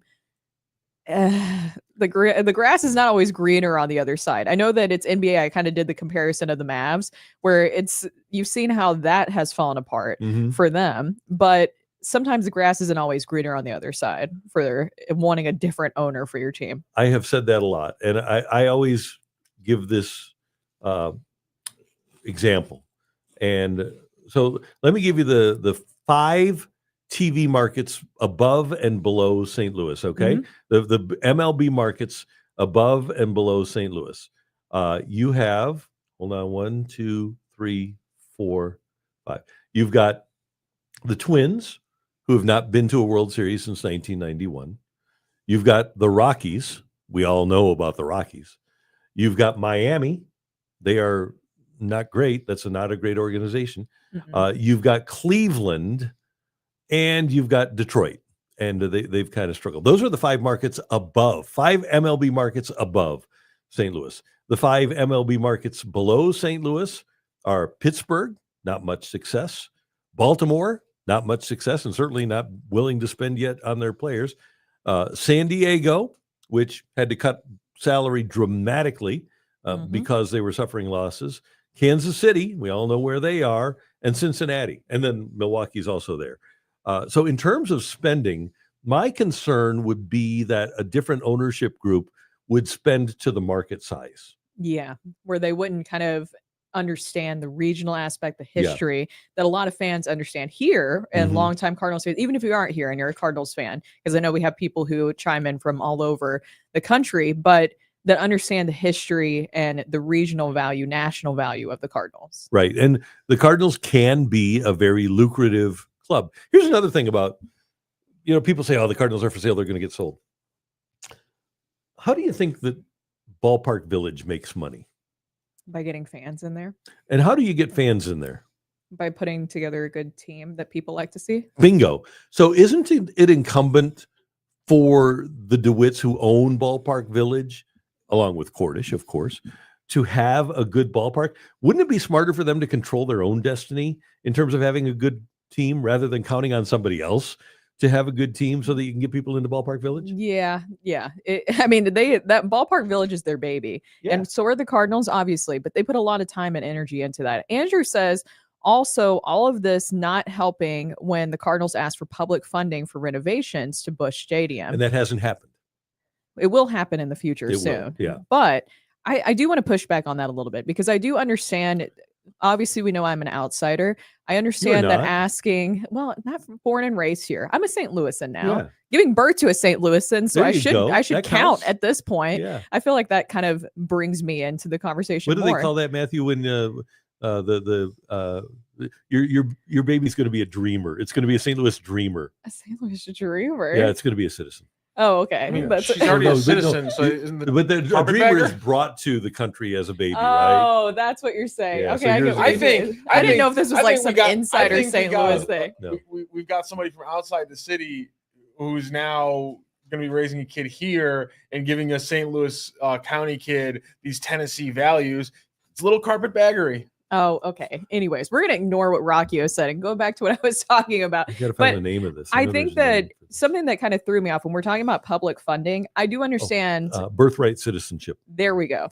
Thank you. That's what my son is getting. Yeah. But I wanted to go back to the public funding aspect, because this is something that has kind of perplexed me when I moved here to St. Louis. I understand the hurt and the pain that everything that happened with Stan Kroenke and the Rams. I do understand. And you know better than anybody. You were right there in the front lines trying to make sure that the Rams would stay here in St. Louis. Everybody knows your amazing speech. I think, though, that you can't carry that into every single thing about asking for public funding. Because I remember I went to those alderman hearings for City SC when Carolyn Kendall was asking for public funding, and she's already fronting, what was it, $230 million, ended up spending more for a brand new stadium for a soccer team that hadn't even played yet, which is unheard of in MLS. And I remember people pushing back of, well, why do we need to give you any sort of public funding, tax credits, anything like that? Like, you should be able to do this. Who was leading that charge, by the way? Who was leading that charge? Kara Spencer. Was she really? Yeah. Was she a part of that? Oh, that doesn't help her at this moment. Seems like she's changed her tune a little bit. Yeah, the Cardinals gave her money for a campaign. Okay, well, maybe that will help and change her mind a little bit. But I do understand you don't want to go too far, because coming from Nashville, I think that they've put way too much on the citizens of Nashville on money that they should be helping, taxes, all that kind of stuff. It's a $2 billion stadium that basically taxpayers are fronting to help the NFL have a team there.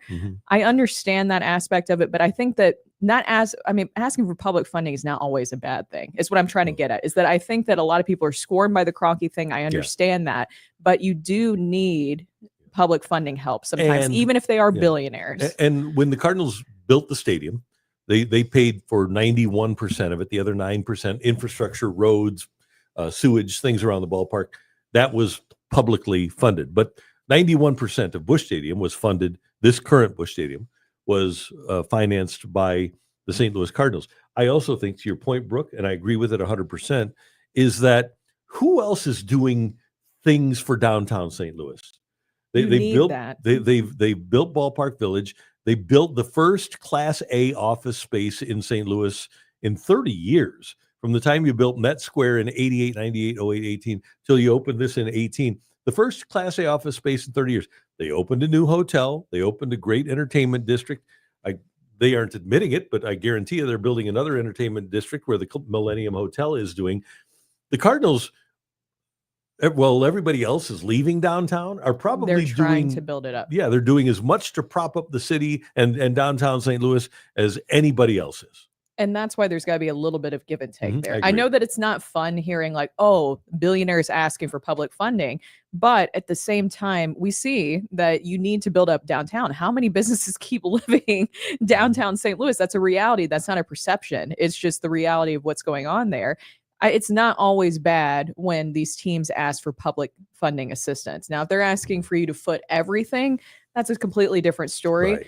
And I understand everything that happened with Kroenke and how much that hurts. But if you look at other places, that is kind of the norm of where you do have, there is somewhere, some give and take. And you think about the money when you're talking about what they're investing back in the city, just that little bit of public funding, how much money that actually helps. And they have all these statistics to show how much money it brings back into the community, not just the city, but the region, the county, and even the state of Missouri.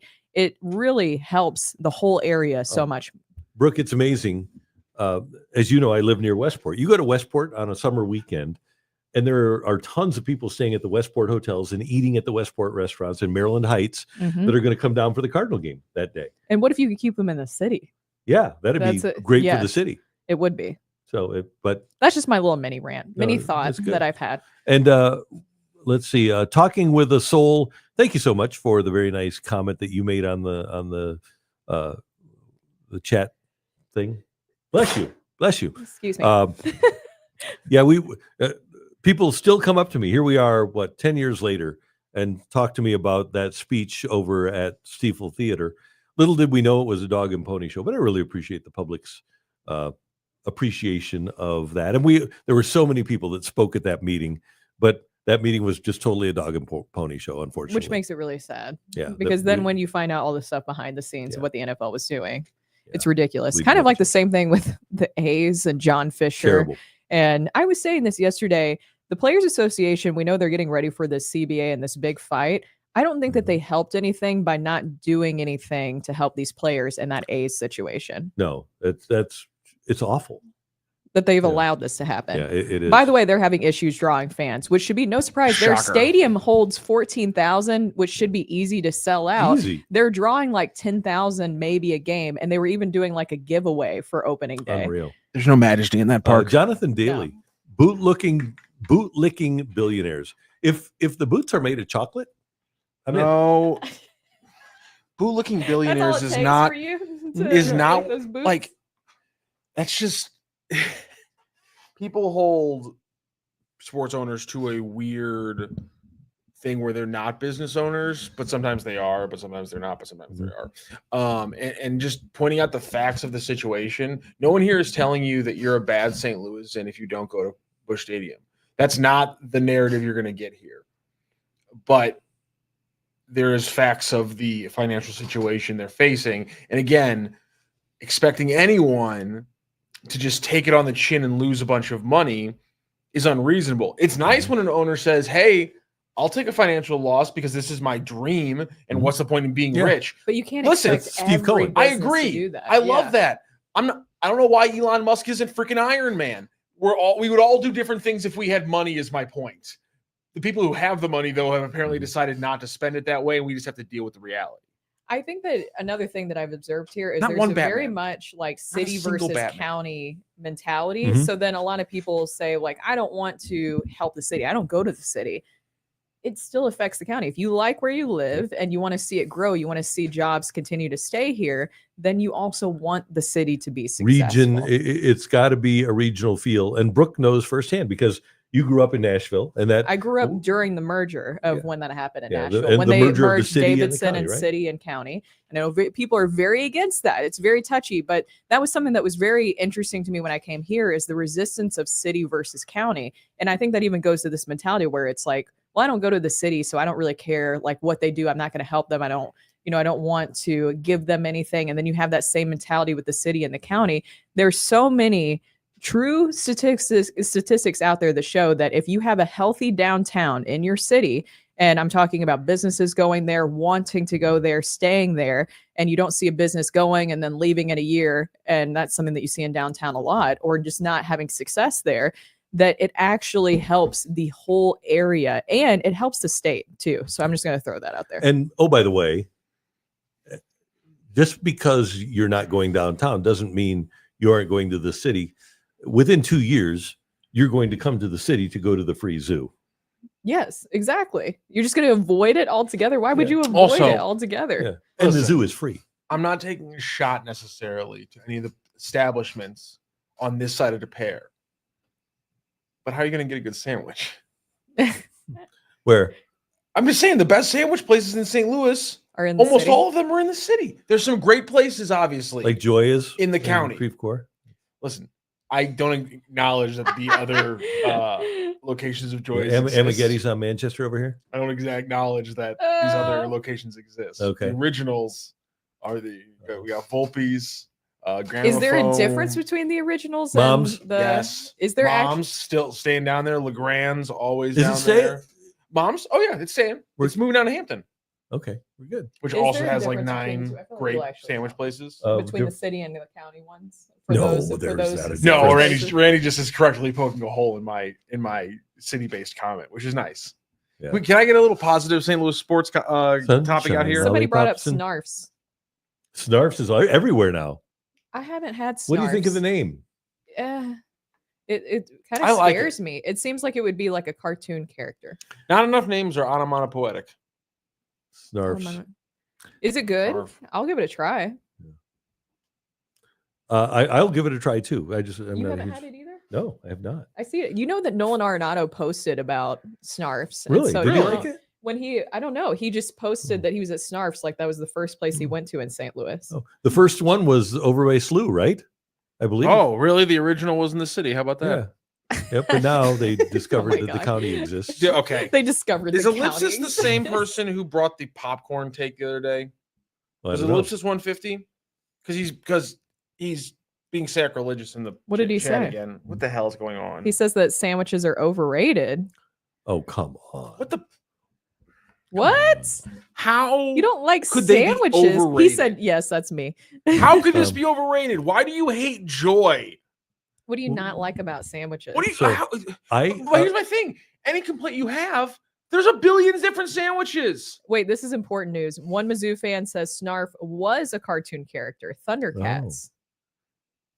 Huh. I'm not going to say what I thought of Snarfs was. What did you? I'm not going to say. Just go ahead and That's say it. too mean. Oh, well, I might get in trouble. I might get sued.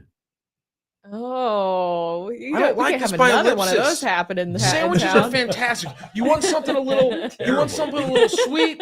Make yourself a peanut butter and jelly. You want something So, peanut butter cheese? jelly on No. toast, on sourdough toast for breakfast. I'm so mad right now. Hard to beat. I'm so mad right now. Sourdough? I don't know if I like it on Oh, sourdough. I do that occasionally. That's like some bunny bread. More than occasionally. Bunny bread. Bunny bread's good. Bunny bread. Yep. Peanut butter and jelly So sandwiches. one time when Also a great point. the Cardinals were World Series champions, and their MVP of the World Championship squad was Daryl Porter. You oldsters will remember this. You youngsters will not, but I'm going to bring you up to date. Daryl Porter won the MVP, and Colonial Bread hired him as a pitchman. And the song was Colonial Bread, it's the MVP with minerals, vitamins, and protein. Okay, here's What?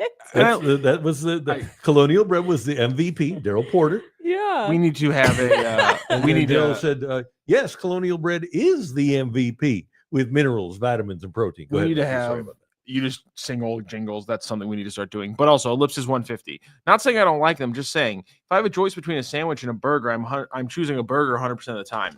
All right, I'm going to try to say this as calmly as possible without breaking the microphone or screaming too loud. In what version of your psychopathy that has formed this reality that you live in is a burger not an effing sandwich? Hot dogs too. Burger is a kind of sandwich. That's why sandwiches cannot be overrated because they're the greatest thing on the planet. How dare you? A burger is a sandwich. Jay Reinegade agrees with you. What are we doing here? I'm gonna Google Jay Reinegade, thank you. That's a huge controversy, Brooke. It's it's beyond a kerfuffle. You know what it is? It's a brouhaha. Is it a philosophical difference? What are we brouhahaing about? Hot dogs being a sandwich. But it's like the bun's attached. So in my opinion, you ever gone to a sub sandwich? They'll take the loaf, they'll cut it, and they won't go all the way through the bottom. So are Subway sandwiches not sandwiches? You got me there. Okay. Talking with the soul. St. Louis doesn't have a single bad deli. I will die on this hill. You know That's what? A good hill to die on. Tacos are sandwiches. We got to draw a line somewhere. Yeah, they are not.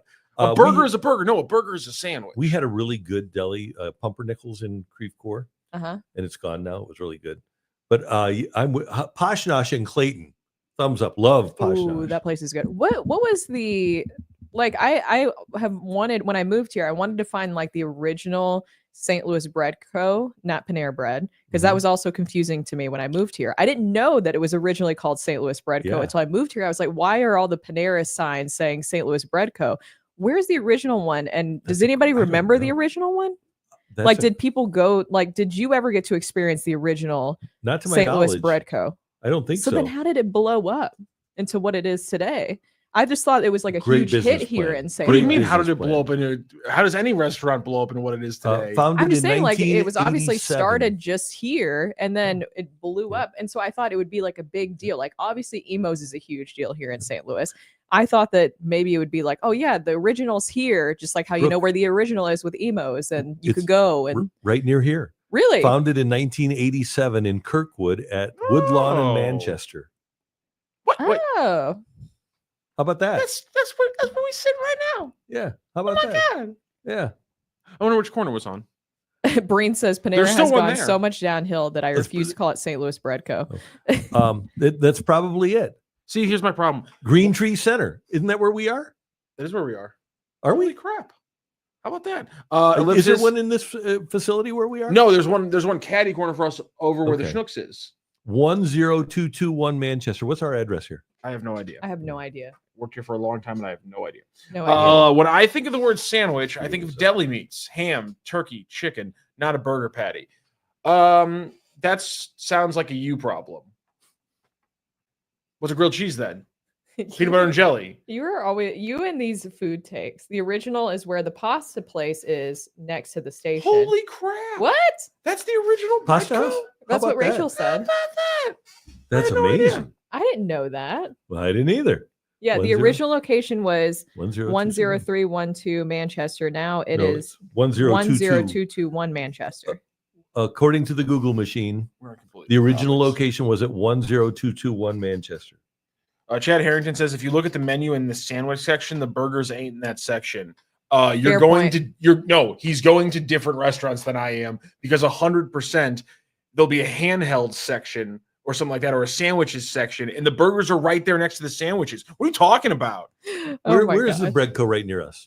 It's caddy corner for us. So that is the one, 10221. That's There's no way that's the original one. No, I mean, it's not the original. It's not the original building because it's been rebuilt because it's all new and stuff. So, but I'm saying it's the original because that Snooks is brand new. That parking lot, caddy corner where we are, was completely different like 6 years ago. Okay. But that's the 10221 Manchester is. So now you know, for those of you that are watching in Ireland and Los Angeles and Arizona and New York and all spots between Florida and Seattle. And now you know that 10221 Manchester is where the original St. Louis Bread Company, aka Panera, was located. Beautiful. The things we get into on this show. Yes. It's amazing. And so now you know. Via radio. I didn't know that. We even yesterday we grilled Wilson over there. Poor Wilson. We grilled Wilson because we realized that there was like you heard that there was a big difference. We were scared basically about things that he didn't know as a Gen Zer. Like he did never experience the pain of burning a CD. He didn't know what a floppy disk was used for. We were perplexed, Randy. Do you have any questions for him about the difference? I think it would be unfair of me. Yeah, that's too many generations. So, but I could ask you guys, what's the difference between 33 1/3 and 45? What's the difference between 33 1/3 and 45? Yeah, and somebody if you want to join in on the chat, we've got it. 33 1/3 and 45. What's the difference? I'm not gonna know. There we go. Rockio? This could be Ben. Is there something that you could save us? No, I'm just gonna cheat and look at big. Is this the correct answer? Yeah. I know what a 45 is, but I've never heard of a 33 1/3. So a 45 was a single record. Goes 45 revolutions per minute, a 45 RPM. 33 1/3 is an album. Oh, that's the technical name for albums? Yeah, well, not a technical name, but that's how many RPMs it was. So you had the little ones. I've never heard the 33 1/3 for a full album. Yeah, that was how many RPMs it was. So an album rotated on your record player at 33 1/3 RPMs. Oh, so I knew 45 as like the. And then look, Wilson looks terrified. The term for a signal on the turntable. So yeah, I wouldn't expect you to know that. So that's what we called albums, but then singles were called 45s. Oh, yeah, that I was aware of. Wilson, do you use record players because they've kind of come back in style? Vinyl records are insane, and have you guys ever just sat down and tried to get your head around the fact that you run a needle along a groove? It doesn't make any sense. And it plays sound. How did somebody invent that? That doesn't make any sense. Reading the history. I've done this because I've done this. It's a fun Wikipedia hole if you want to do it, by the way, because it's there's a run of obviously inventions where you trace the record player essentially back to this invention in the 1830s in France. And a guy basically just realizes that because it's sound, because sound is in waves, if you trace a wave with something that's connected to an amplifier, that wave will make a sound because that's how sound works essentially. It's insane. Wiki it, Google it, have fun for an hour and a half. It's a great thing to do on a lunch break. All right. Can I talk about one more thing? Yeah, I've got a couple for you too. Right. Number one, in 1972. So I was a kid. I turned 10 in 1972. No, over 70% of homes in America had an ashtray in it. I remember when some restaurants still had the smoking section. Yeah. And sometimes you would just cheat and sit in the smoking section if you didn't want to wait too long for the regular section. Oh, I miss smoking sections. Yeah. Oh, I miss smoking sections. You do? Why? I love the smell of cigarettes. Really? Smoke. Oh, it's cigarette smoke? Who likes the smell of cigarette smoke? Me. Here's the other one. Right here. Speaking of dangerous things. When I was a kid, we didn't have seatbelts in cars. Oh my gosh, yeah, it's true. About that. Yeah. And our parents would, when they were driving to have fun, they would let us sit on their laps as they were driving without seatbelts. My theory there is that child mortality rates just dropped too fast for humanity to handle, and they were like, we need to knock some of these out ourselves. I do like seeing the old videos of people whenever they made seatbelts mandatory, of people being like, why are they going to tell me what to do with my vehicle? This take by this could be Ben Bothers Me. The best way to listen to music is vinyl records. Some people believe that. That's not wrong. It's all opinion.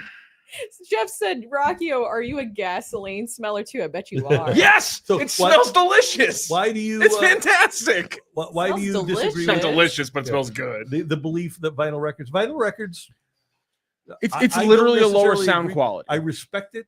The best sound quality is CDs. Really? Yeah. I like vinyl. We do have vinyl records at home. Randy's I have no problem with. Randy's correct. But it's all. If you talk about saving, it's all a matter of opinion. How music is saved and the quality that music is saved. Essentially, everything that's an MP3 quality on your phone is technically a lower quality than what was pressed onto most CDs in the 1980s and 90s, which is also a higher quality than the audio that was pressed onto vinyls in the decades before that. And the vinyls that get pressed now are also not that good. We're just talking about lossy format compression. It's not as good. I understand the nostalgia of it makes it better. And that's the fun thing about life. nostalgia makes things better. It does. That's why I like cigarette smoke. Ew, I like cigars. That's why I like the smell of cigars. cigarettes. It's nostalgia. You don't like the smell of cigars? I'll admit. Really? Back to CDs for a moment. When I had my 1984 Honda CRX, really tiny car. It was like almost as small as a smart car. I had a 6-disc changer in it, though. It was awesome. Wow, you were like fancy. Oh, and I had a big subwoofer because it was a 2-seater, and in the back I had a giant subwoofer speaker. Wow, thumping away. It was great. Was your multiple CD changer in the front of the car? Under the front seat. Wow. I had a friend. What a flex. In the middle 2000s. We're talking like we turned 16 in 2007, and his first car had a 6 CD changer, but it was in the trunk. Still pretty awesome. Loading up the car for a trip. Pretty nice. You got 6 CDs. You can go for a long time. You want to feel old for a second? Wilson, did you ever have to use a CD to listen to music? Okay, good. All right. Whew. Did you burn CDs? Did you move? Yeah, we talked about that yesterday. Yeah, we discussed even the story about that's how I found out my first boyfriend was cheating on me. How? Oh, this is great. Yeah, so I'll retell it. I know that some people, and I know you got to go, but quick story here, and I told them yesterday, but remember, sometimes you would burn CDs as like for an event like prom or even like couples. So my boyfriend at the time, my first boyfriend, he burned a CD for me specifically about songs that reminded him of me. And I thought it was really special. I get into this girl's car once and she went to a rival high school. We were just hanging out. In hindsight, it was kind of weird that she wanted to hang out with me anyways. How old are you about? Probably 16. Okay. And I look, and you know what was it on the visor where you had the CDs? I look up and I see his handwriting with the exact same songs. And it was the same songs. It was basically, he just burned 2 CDs for us. So he was seeing her around the same time. That's really lame. Yeah. And did you like the songs? Did you feel like it was made specifically? Oh yeah. It was like Tim McGraw. It was like, just all this cheesy stuff. Taylor Swift when she was still in country. Remember when she did that song? Tears on My Guitar. Yeah. It was all like very mushy songs like that. Oh man. That's how I found out he was cheating on me. So did you confront him about it? How'd you? Yeah, we ended up breaking up, and I found out that a lot of girls had CDs, those same CDs. So this is like Derek not Jeter. Alone. This is like Derek Jeter giving out the gift baskets. And he wasn't even attractive. It's like the crazy thing. He was just like, he had charisma. He got us all, Randy. Oh yeah, that young Brooke. Poor thing. So anyway, we're this show is going to avoid getting sued. Yes, we'll try. I'll try our hardest. We just won't spread rumors. How about that? Try not to. Thanks to Chip Caray for joining us and Kenny Dubinsky. And again, you can just Google Every True Tiger if you want to get involved with the Mizzou NIL program. Great job today by our audio video engineer and producer, the one, the only Matthew Rocchio. Great job, sir. What was your best take today? What was your favorite take? I didn't have one today. You didn't? The burgers are sandwiches. My favorite one of yours was that you can only get good sandwiches in the city. And then you immediately list off where they are elsewhere. My take was right in like 2007. But then they damn franchises because they're so successful. Yeah. My take honestly bit itself in the ass over the last 15 years. Did you see the Joy is April Fool's joke? No, I didn't. Apparently it went viral, but it didn't hit me. So they announced on social media, we're proud to announce that it will open up and be serving these fabulous sandwiches at Wrigley Field. Oh my God! On April 4th. By the way, we're about to hit 2 hours. Apparently, so let's. Can I say one thing? Yeah, sure. No. Congratulations to the Billikens. They going into the dead period, and then they sealed 4 commitments this week. They just got 2 more this morning, which is absolutely insane. Completely rebuilding the roster. So congratulations to the Billikens staff. They're putting together a nice little group over there. Tomorrow we've got Bernie on the show. Tomorrow is Friday. Have a fantastic Friday Eve, everyone, and we'll see you tomorrow morning at 10.